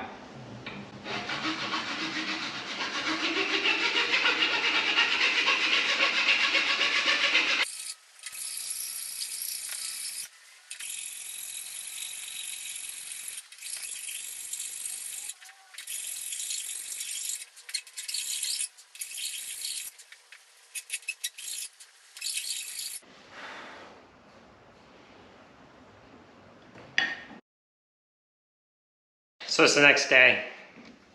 I did a little bit of tillering last night on the actual tillering tree. So we're kind of in the intermediate process of finishing up the wall tillering. If you can see, I know it's always hard to see with this fluorescent light, but We have some hash marks on here with pencil drawn on, and these are the areas where we need to take some more meat off to get it to bend more equally. So we're just gonna stick it in the vise real quick, and everything we do from this point on is not gonna be macro tuning, it's gonna be micro tuning. So what you use for that is no longer a farrier's rasp, because those are super aggressive. It's just how you kind of speed things along and get yourself kind of midway into the tillering process. You don't really want to use your rasp past the point where you're floor tillering. Once you're done floor tillering, kind of put the rasp aside. If you use that to try to do micro tuning, you're gonna end up screwing up your bow. So I highly advise against that. I know I've explained this like a zillion times in other videos, but for those of you who may be new to the channel or don't know what this is called a cabinet scraper. So it has a very fine edge. It's not like a blade edge. It doesn't come to a point. It's actually like a 90-degree edge. So it's like a box, right? And you want this 90 to be a real sharp 90, because when you're scraping, if it's not sharp, you're gonna have to apply a whole lot more pressure to get good scrapes off. So the sharper this edge is, not sharp to a point, just the sharper your 90-degree edges are, the better your cabinet scraper will work, and the more efficiently that you'll be able to kind of do what you need to do those micro alterations. So keep this thing pretty sharp. Here, I can show you how to do that, because sometimes these things do get dull. Osage is very hard wood, so as time goes on, every once in a while you will have to kind of re-flatten out this edge so that 90 is still very prominent. The way that I like to keep these things sharp, get you a metal file. Any metal file will do. I use this one just because it's long and flat, and it's kind of like micro abrasive. It's not super coarse or anything. If you guys can see the grit on there, it's very, very fine, which is what you want. You're just gonna take this, put it at a 90, like this. Normally when I do it, I don't hold it in my hands. I'll put the file down on something flat, and then I'll just rub this across the surface, right? And then after you've done this, so again, if you have this on a flat surface, it's easier. Just for demonstration purposes, I'm doing it in the air. But you'd rub this a whole bunch back and forth, maybe just for like 10 seconds or something. It doesn't take very long. Flip it on the side, do the same thing. Make sure that you're not lifting up, because that'll screw up your edge. You don't want a rounded edge, you want a real sharp 90. So real flat on this side, go back and forth a couple times, flip it to the other side, same thing. And then you should be good to go. You can always flip it and do the other edge as well. I only ever use the wider or the greater length edges. So I use this edge and this edge. Not even one time have I used this edge or this edge. So I only use this one and this one.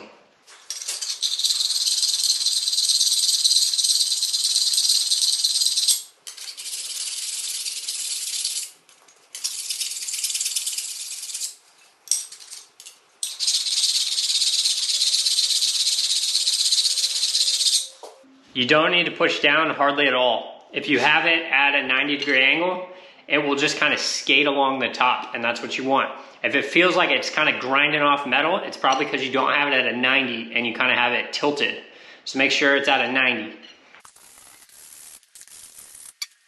Nice sharp 90s.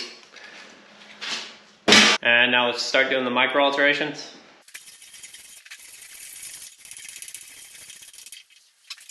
Let's do the other side.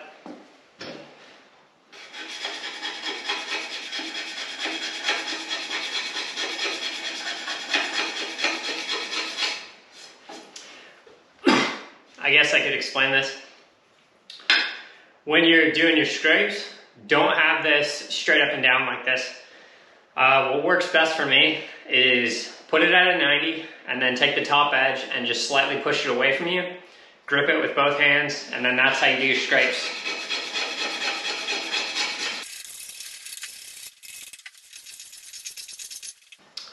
Just do like 10 to 15. If you're doing heavier scrapes, or if you want to take off more material, increase that angle. If it's like a very shallow angle, you're not going to get much off. If you want to get a lot more, If you want more aggressive scrapes, increase that tilt angle. Okay, we've got one more area. We still got to get this part right here. So we're just going to put the, kind of change the orientation in the vise, and then we'll do that last part.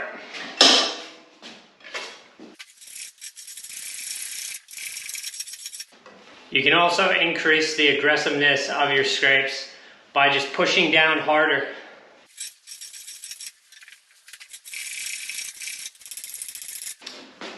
So when I'm doing the initial scrapes, I like to pull. If I'm doing non-aggressive scrapes, I'll slide back and forth, and then when I'm finishing it, I like to push away. That helps kind of remove any of those grind marks. Or I guess we're not grinding, we're scraping. So, scrape marks. I had this old string lying around. We have some knot grooves cut in so that we can start the tillering.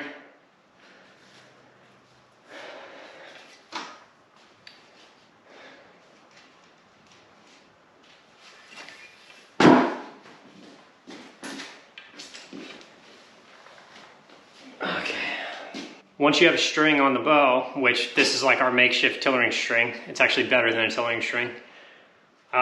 You can, instead of exercising the limbs on the wall, you can also just, I mean, straight up common sense, exercise them right here. And that'll give you a feel for kind of how much more you need to get in order to get this thing to full draw length, for how the whole thing is feeling.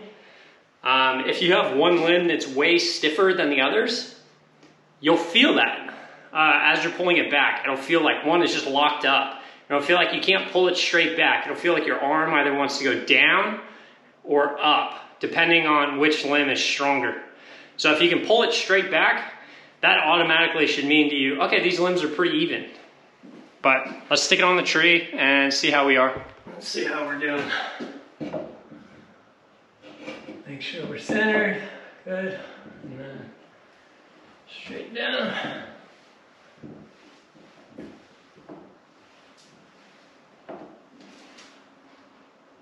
We have this thing at 20 inches now. Sometimes it's very useful to flip the stave around, just because you get a different imagery. So this one actually has like a pretty nice curve right now. It's like very fluid. This one still looks real stiff right in here. So I think we need to take some more off right there. Let's do that real quick and then we'll come back. We put the marks on that we talked about, just 4 micro alterations.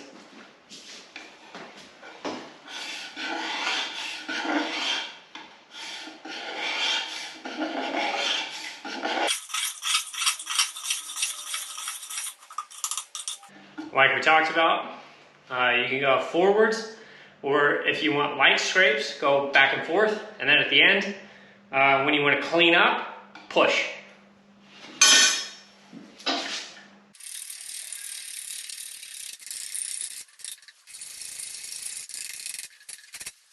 Depending on the type of wood you're working with, you'll either want to use pencil or a marker. If you're working on osage, you can actually get away with using a Sharpie. It's just not going to sink in as much as a pencil. I like using pencil just because I don't want there to be any marks at the end. If you're a beginner, sometimes the pencil can be hard to see or it won't last as long.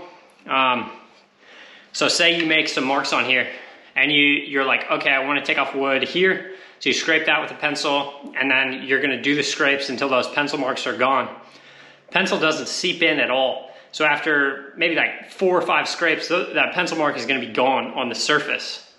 So what I like to do sometimes is put little hash marks on the sides, like here and here. And I'll just know that in between this point and this point, even if I scrape off the stuff on top, if I know that I need a bigger alteration than those 4 or 5 scrapes before the pencil marks disappear, you can reference the side marks that you have as well. Just pro tip.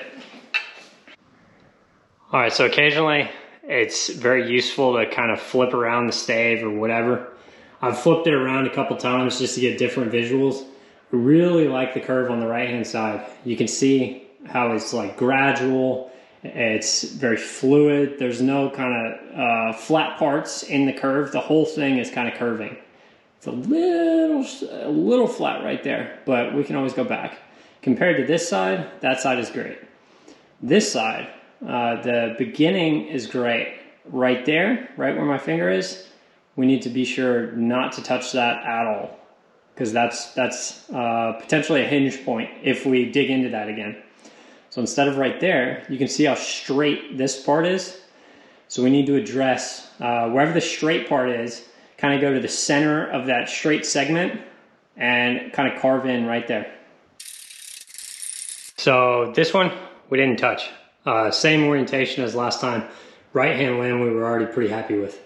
The one on the left, so we took off scrapes right in this area last time. I did probably 10 to 15 scrapes, and it is curving more, but I think another 10 to 15 right in that same area are necessary.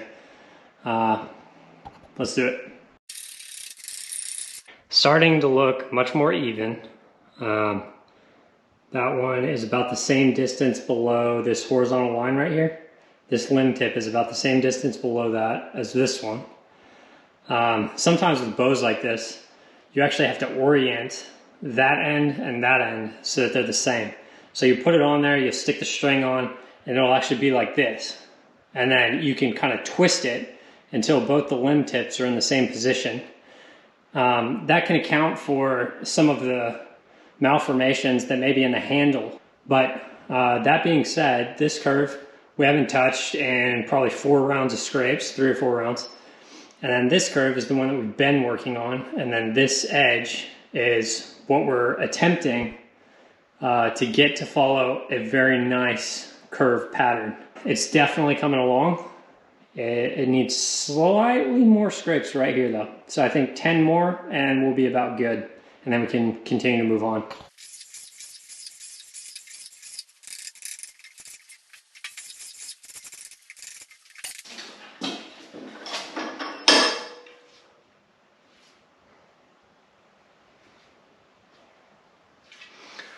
Looks good. Let's test it.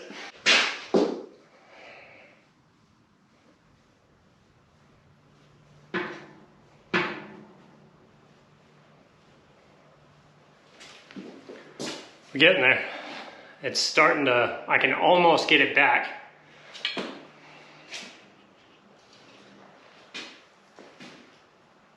Like, I'm pretty tall. So my draw length is longer than most just because my wingspan is kind of massive. Because of that, so if I'm able to pull it back to about my chin instead of back here, that's roughly 27, 28 inches right at my chin. So we're almost there.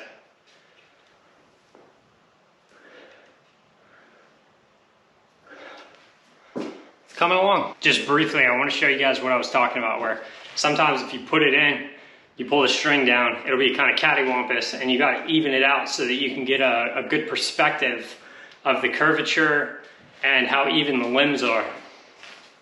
So we got it set in there, it's dead center. When you pull down,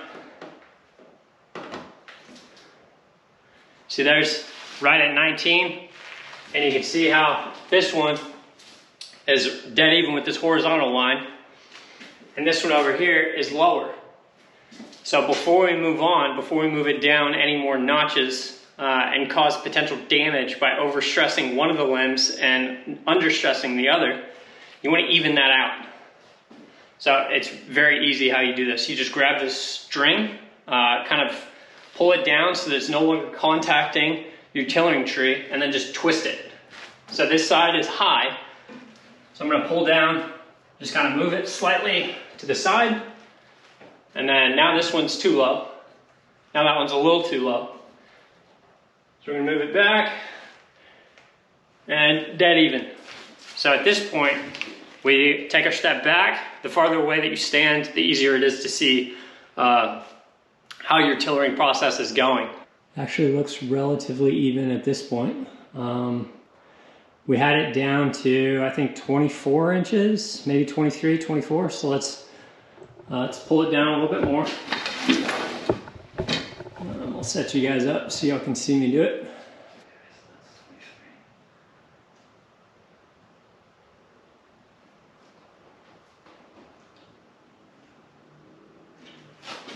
All right.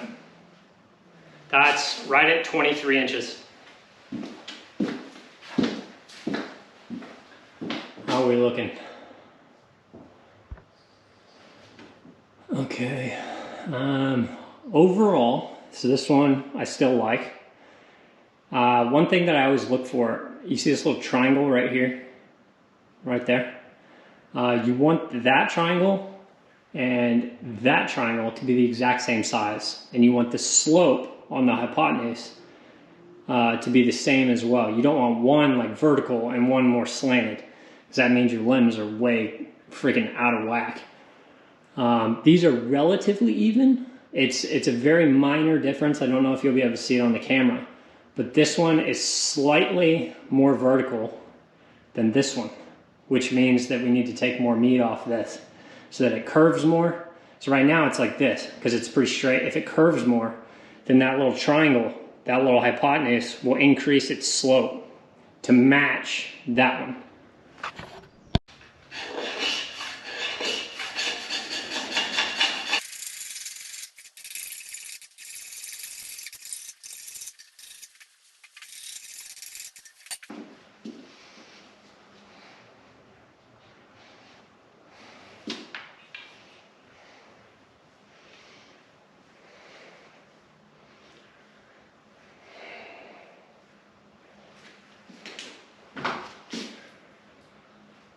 We're getting there, guys. Tillering is a process for sure. Floor tillering goes quick because you can use the rasp. But tillering, like wall tillering and then doing the micro alterations, it's really fun. But the first couple times, you're going to be thinking, am I getting anywhere? You'll get a feel for the cabinet scraper and kind of how to do more aggressive scrapes, how to do less aggressive, where to address, kind of how to address, that kind of stuff. That just comes with time. So the first time, don't be intimidated by the process. Just know that it's a learning experience. If you break your bow, doesn't matter. There's like a million trees. There's billions of trees in the world. If you break a bow, don't think like, oh, I just wasted all this time. No, you didn't. You just learned a lot. And now you're gonna have all that knowledge going into the next bow. You guys think that I'm like this amazing bow maker and everything. I don't really think I'm that great at it. I just have made so many that over time I've accumulated knowledge of like, okay, do this, don't do this. If I do this, I'm gonna break one.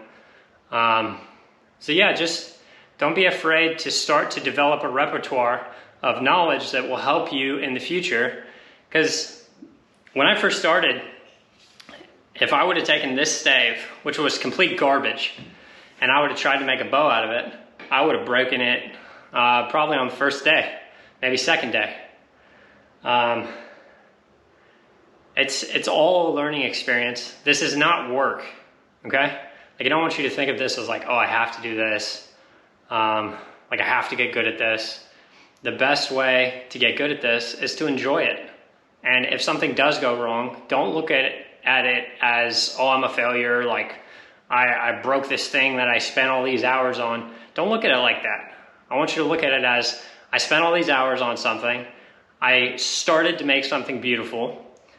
I made a couple of mistakes here and there, which I've then learned from. And the next one I make, I'm sure as hell not going to make those same mistakes. And you're going to be further driven, and you're going to have more desire if you do break one to make a beautiful one next. So just use it as fuel. Don't be defeated by it. All right, guys, we're back on the wall.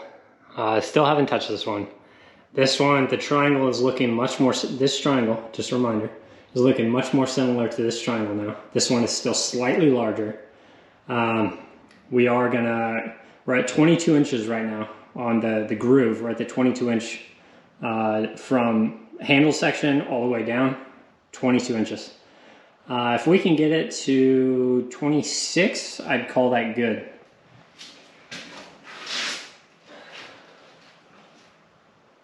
We're at 24 inches now. So this is the farthest that we've brought it down thus far. just from visual inspection, this limb tip is much more vertical than this limb tip. It is hard to tell. You get better at seeing it as time goes on, but you can also look at the little triangles, that one and that one. That triangle's slightly bigger than this one. We do have it relatively even on the limb tips. This limb tip slightly, so even though this whole thing is bending very similarly to this side, this limb tip actually had a little bit of backside in it, so it's kind of shaped like this. So even though it's bending a similar amount as this side, it's going to look like it's bending less because it's starting like this. So it's bending and going more to straight. In contrast to this one, which starts out straight, and then as you bend it, it goes to this. So these limb tips are actually very similar right now. I do kind of want to take off a little bit of meat on that left side. Just right there at the bottom. You always want your limb tips. So think of that as like a weight that's going to have a lot of inertia, that's going to keep your arrow from accelerating very quickly. So the heavier your limb tips, the slower your bow is going to be. So you always want your limb tips, like the last probably 6 to 8 inches, to be minimized in size so that you'll get the fastest bow. And I guarantee you this isn't going to be like one of my faster ones. It's not going to shoot anywhere close to 170. This is more of an experiment than anything. I just want to see how far down we can get the draw length. We are getting close to our limit, because if you look, there's a trick. If you look right here, so this comes down, and then there's a little 90-degree angle right here. You see between the string and the limb tip of the bow. If that angle exceeds 90, so right now it's like this, right? If it, okay, my thumb can't dislocate, but if we were to open farther right here and we exceed 90, the chances of this bow breaking increase dramatically. So I took the serving off of here because it was for a longer bow, so it wasn't centered. So I just scraped that off, and I want to actually turn this into the final string that will be going on this bow. I don't really want to get into that in this video because this is more of like a bow making video and less a bow string video. I'll be sure and do a string video in the future. Making these strings it's actually like super relaxing. It's like my version of like old lady knitting or something. So I guess to fix the string, we'll just do like a little magic trick. So it's way too long now to have the proper brace height, but now it's done. Ain't magic the best? I feel like there's a lot of young men out there that aspire to kind of be a magician at some point. I always thought that those guys were unbelievable. Like, I guess the guys I grew up with were David Blaine and Chris Angel. And then, of course, you always read about the ones that killed themselves a while ago, which it's like, holy cow, that sucks. They're like, hey, lock me in this box, all chained up underwater, and I have a key like taped under my butt cheek that I have to reach in 40 seconds while I'm in a straitjacket, and then they end up dying. It's like, that seems like a smart decision. Maybe magic isn't for me.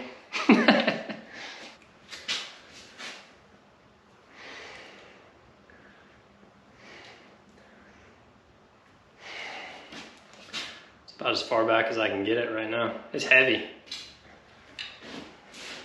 We might have to lighten it up a little bit if we want to pull it back any farther.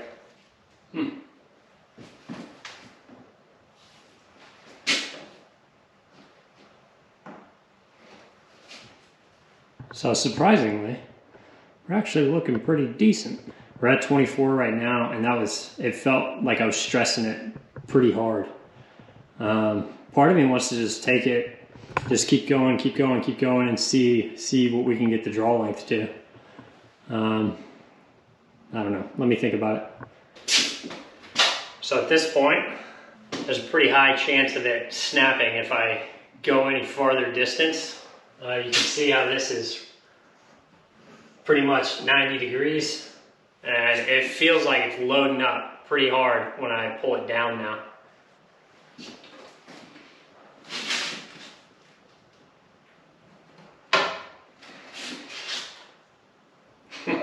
God. That's at 25. Okay. We got to start being hyper vigilant. We're at 25 inches right now. I think it's actually more than 25. We're probably at 26.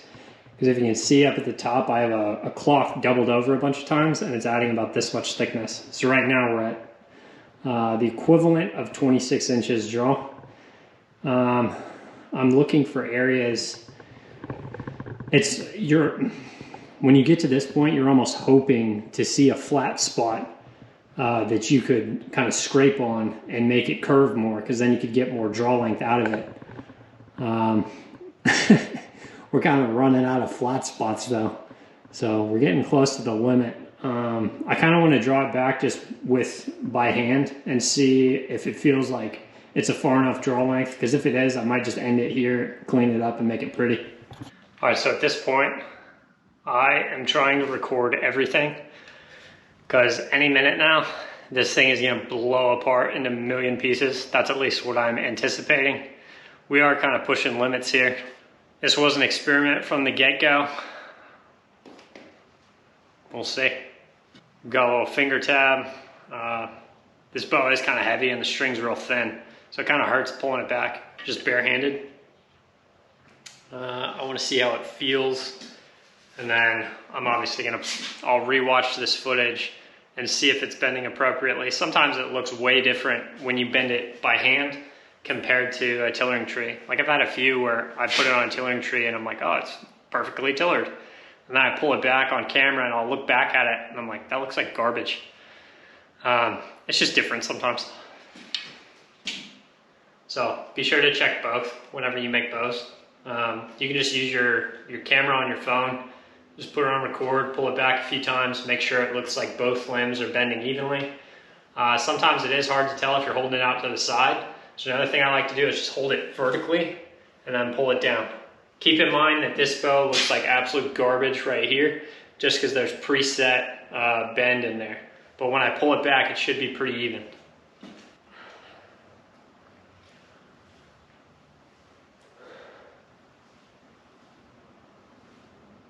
It really doesn't feel too bad.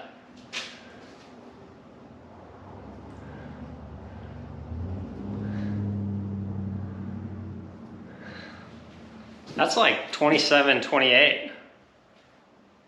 I want to check. I'm starting to get excited. Let me teach y'all how to check the draw length like perfectly. Get an arrow. This is just an old arrow I have lying around. It doesn't have a tip on it or anything. I actually got this arrow included in the compound bow package when I bought it from that guy. So thank you, sir. For this part, for checking the draw length, grab you an arrow.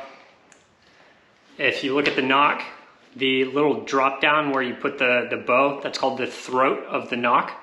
So you want to measure from the throat of the nock, just down the arrow shaft. Just mark that and then go down to 28. Put your finger on 28. So 28's right there. And then get your piece of tape and just wrap it around right there.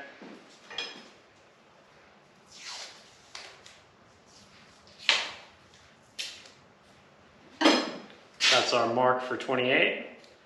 Get a bit of a longer piece so you can have that kind of flaily end on there so you know when you hit it. I don't have any serving on this, so it's hard for the nock to kind of dig in. I don't want to pull it back and have it come out. So just for testing purposes, I'm going to take another piece of tape, wrap it around the string just to act as temporary serving so we can check the draw length.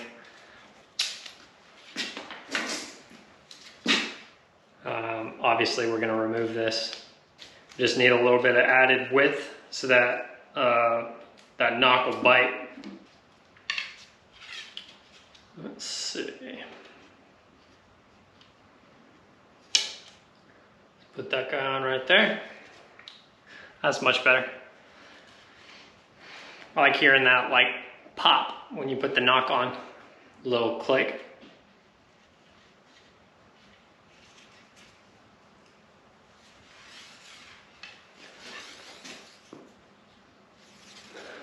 Okay, so I don't know if y'all can see that. Let me turn you on. So let me show you exactly how far we're going back to.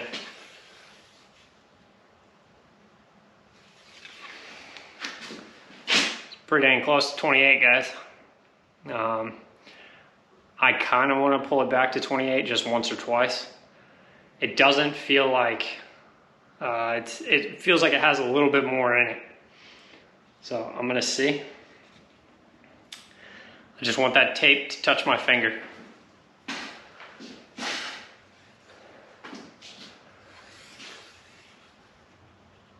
Yep.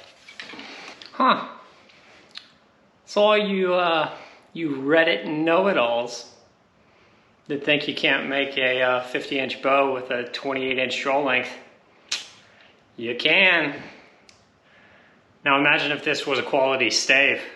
You could really make a quality bow. If I'm being honest, I would not try to do this if you are new to this. I've made hundreds and hundreds of bows. Don't attempt this as your first thing. The longer the better, the more forgiving. I do want to try and go shoot it. Last thing that we're going to do today, I'm just going to show you the final tiller. I probably won't jack with the tiller at all after this. All I'm going to do tomorrow, I'll wake up. I'll do the string tonight because I got to go hang out with the wife. Quality time, you know. But I'm going to make the string tonight as we're just like watching shows or relaxing or whatever.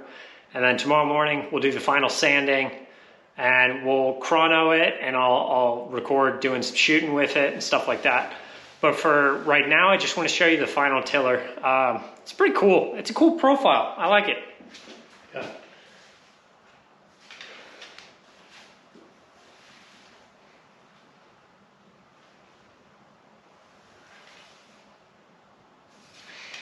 Isn't that awesome?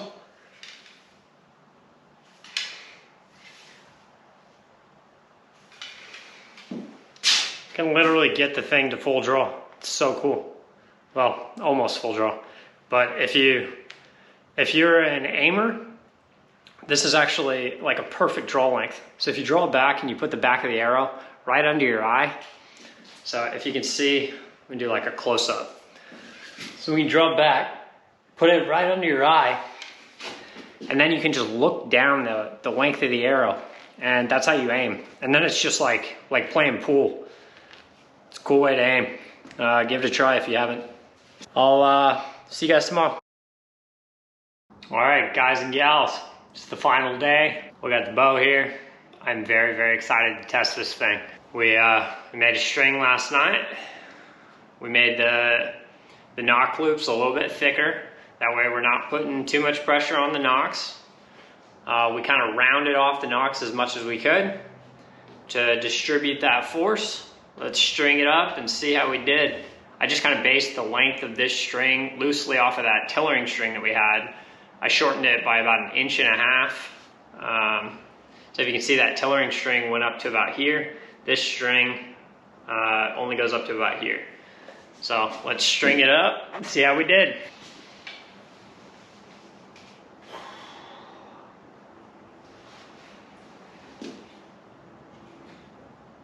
Holy cow. It's like perfect. Literally perfect. And this is what I was talking about. You do thumb up, a little bit of gap, good brace height.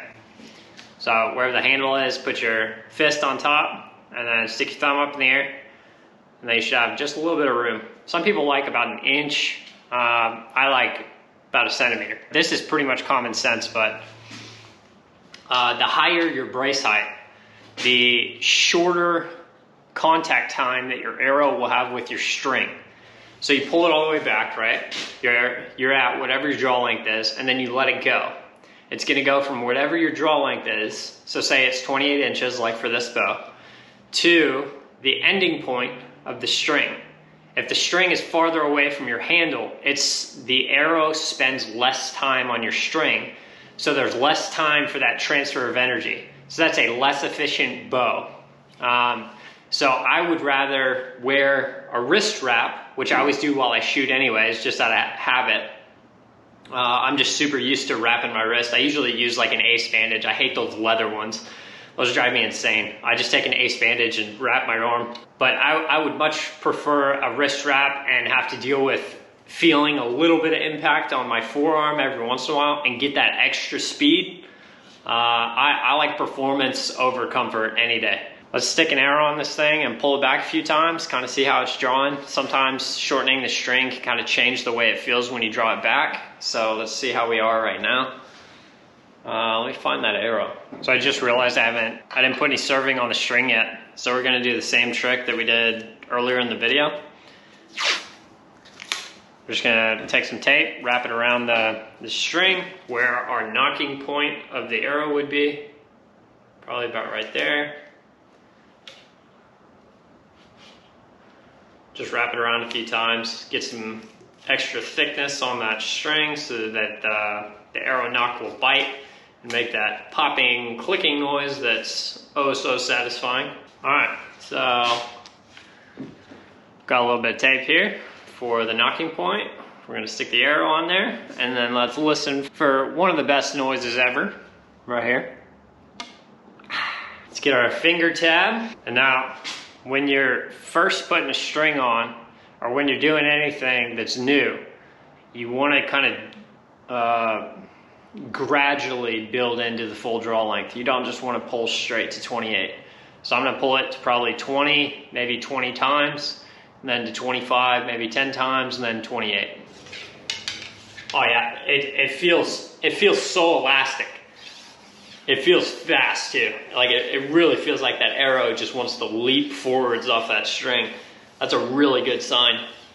I was pretty worried that because it was a shorter bow, it is gonna take more set than normal, but I mean, Osage always surprises the crap out of me. Even though this is a crazy short bow, I've never built a bow this short with a 28-inch draw.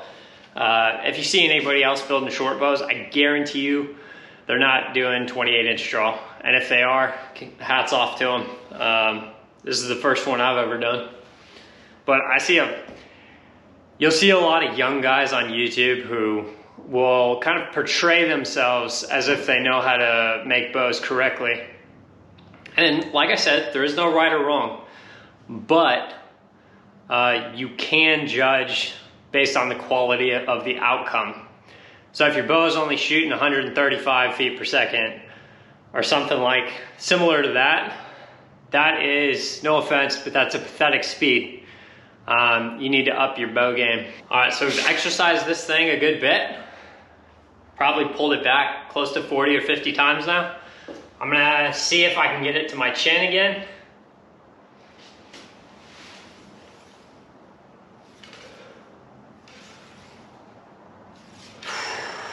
That feels so good, guys. It really does. I'm super excited to shoot this thing. Drop in the comments right now, feet per second that you think we're gonna get.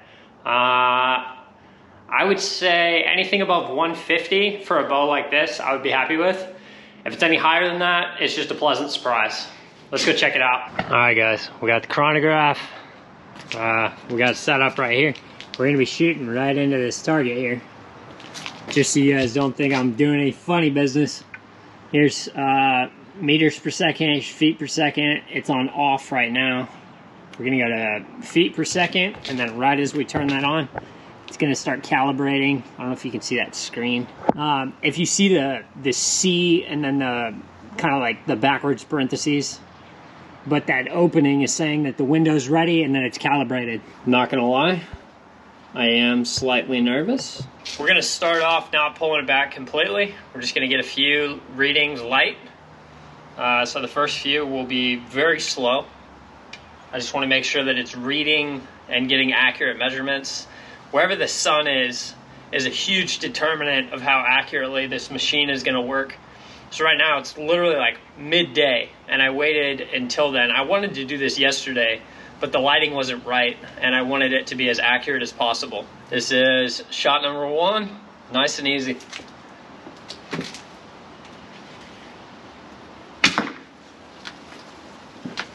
That was barely pulled back, 151. Let's give it a little more horsepower on this one.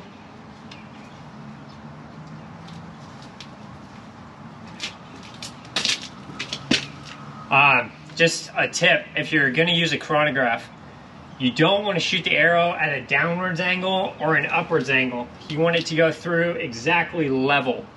So that's why I'm crouching down, so that when I'm drawing back, my arrow is perfectly level with the center of this thing. It would be an inaccurate measurement if you're shooting through at an angle. All right, let's see. Oh.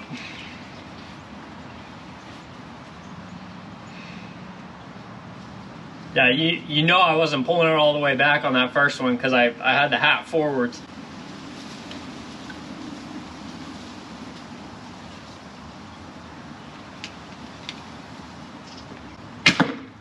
Woo-hoo! That thing is moving.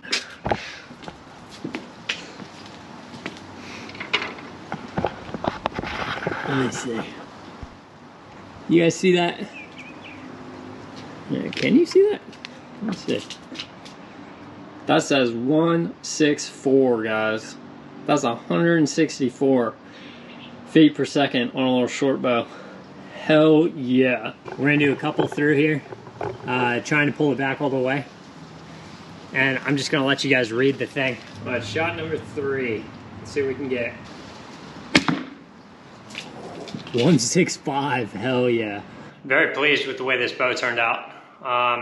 This is actually going to be sent to Alaskan Carpenter Eagle, who won the bow giveaway a few videos back. He and I have been in contact, and we've been kind of going back through text. And I actually really like the guy. So man, I'm not going to say your name or anything because I don't know if you would want that on video, but I hope you enjoy this. I hope you get some good use out of it. I'm going to leave it right now in its raw form. So I haven't sanded it or put teak oil on, because if I were in your shoes, I would want to kind of do the final stages myself if it were going to be my personal hunting bow. This bow will definitely get you started. With a speed of 165 on the chronograph, you can literally take any animal with this. I hope it gets you started. Be sure to wear a wrist wrap when you're shooting it. I want you to do the final sanding, and I want you to put teak oil on it. It's going to need 5 to 7 layers of teak oil. Put thin layers on, don't let it gum up, and in between layers, wipe off the excess.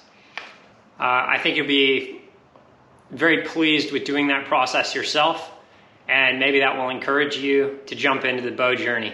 That's what I'm hoping for. For sanding advice, on the back of the bow, I would not use anything greater than, or anything less than 180 to start. So don't start with 40 or 80, because that's very aggressive grit. So that might end up with, if you're going back and forth, you might perforate the backing. I would do 180 grit, very lightly, get rid of all the coarse sanding marks, and then do 320 grit as a finish.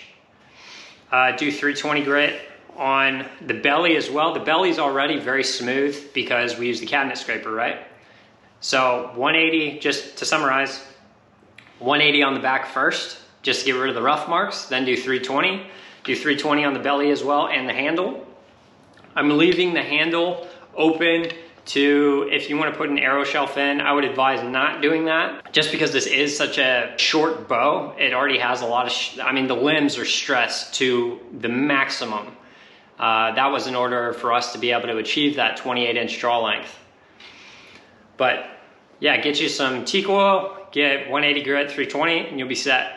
Let me know if you like it, and if you don't mind, after you've sanded and put the teak oil on it, send me some footage of you shooting it so that I can put it in a future video. I'd really like that. Now for anyone else who may want a bow, I'm feeling generous. If you guys send me a raw stave, probably the first 10 people that reach out and they say that they're interested in this, I'll do it for free. You send me a raw stave, I'll make you a bow, I'll make a video on it, and I'll send it to you. First 10 people, let me know. And of course, always remember, live what you love.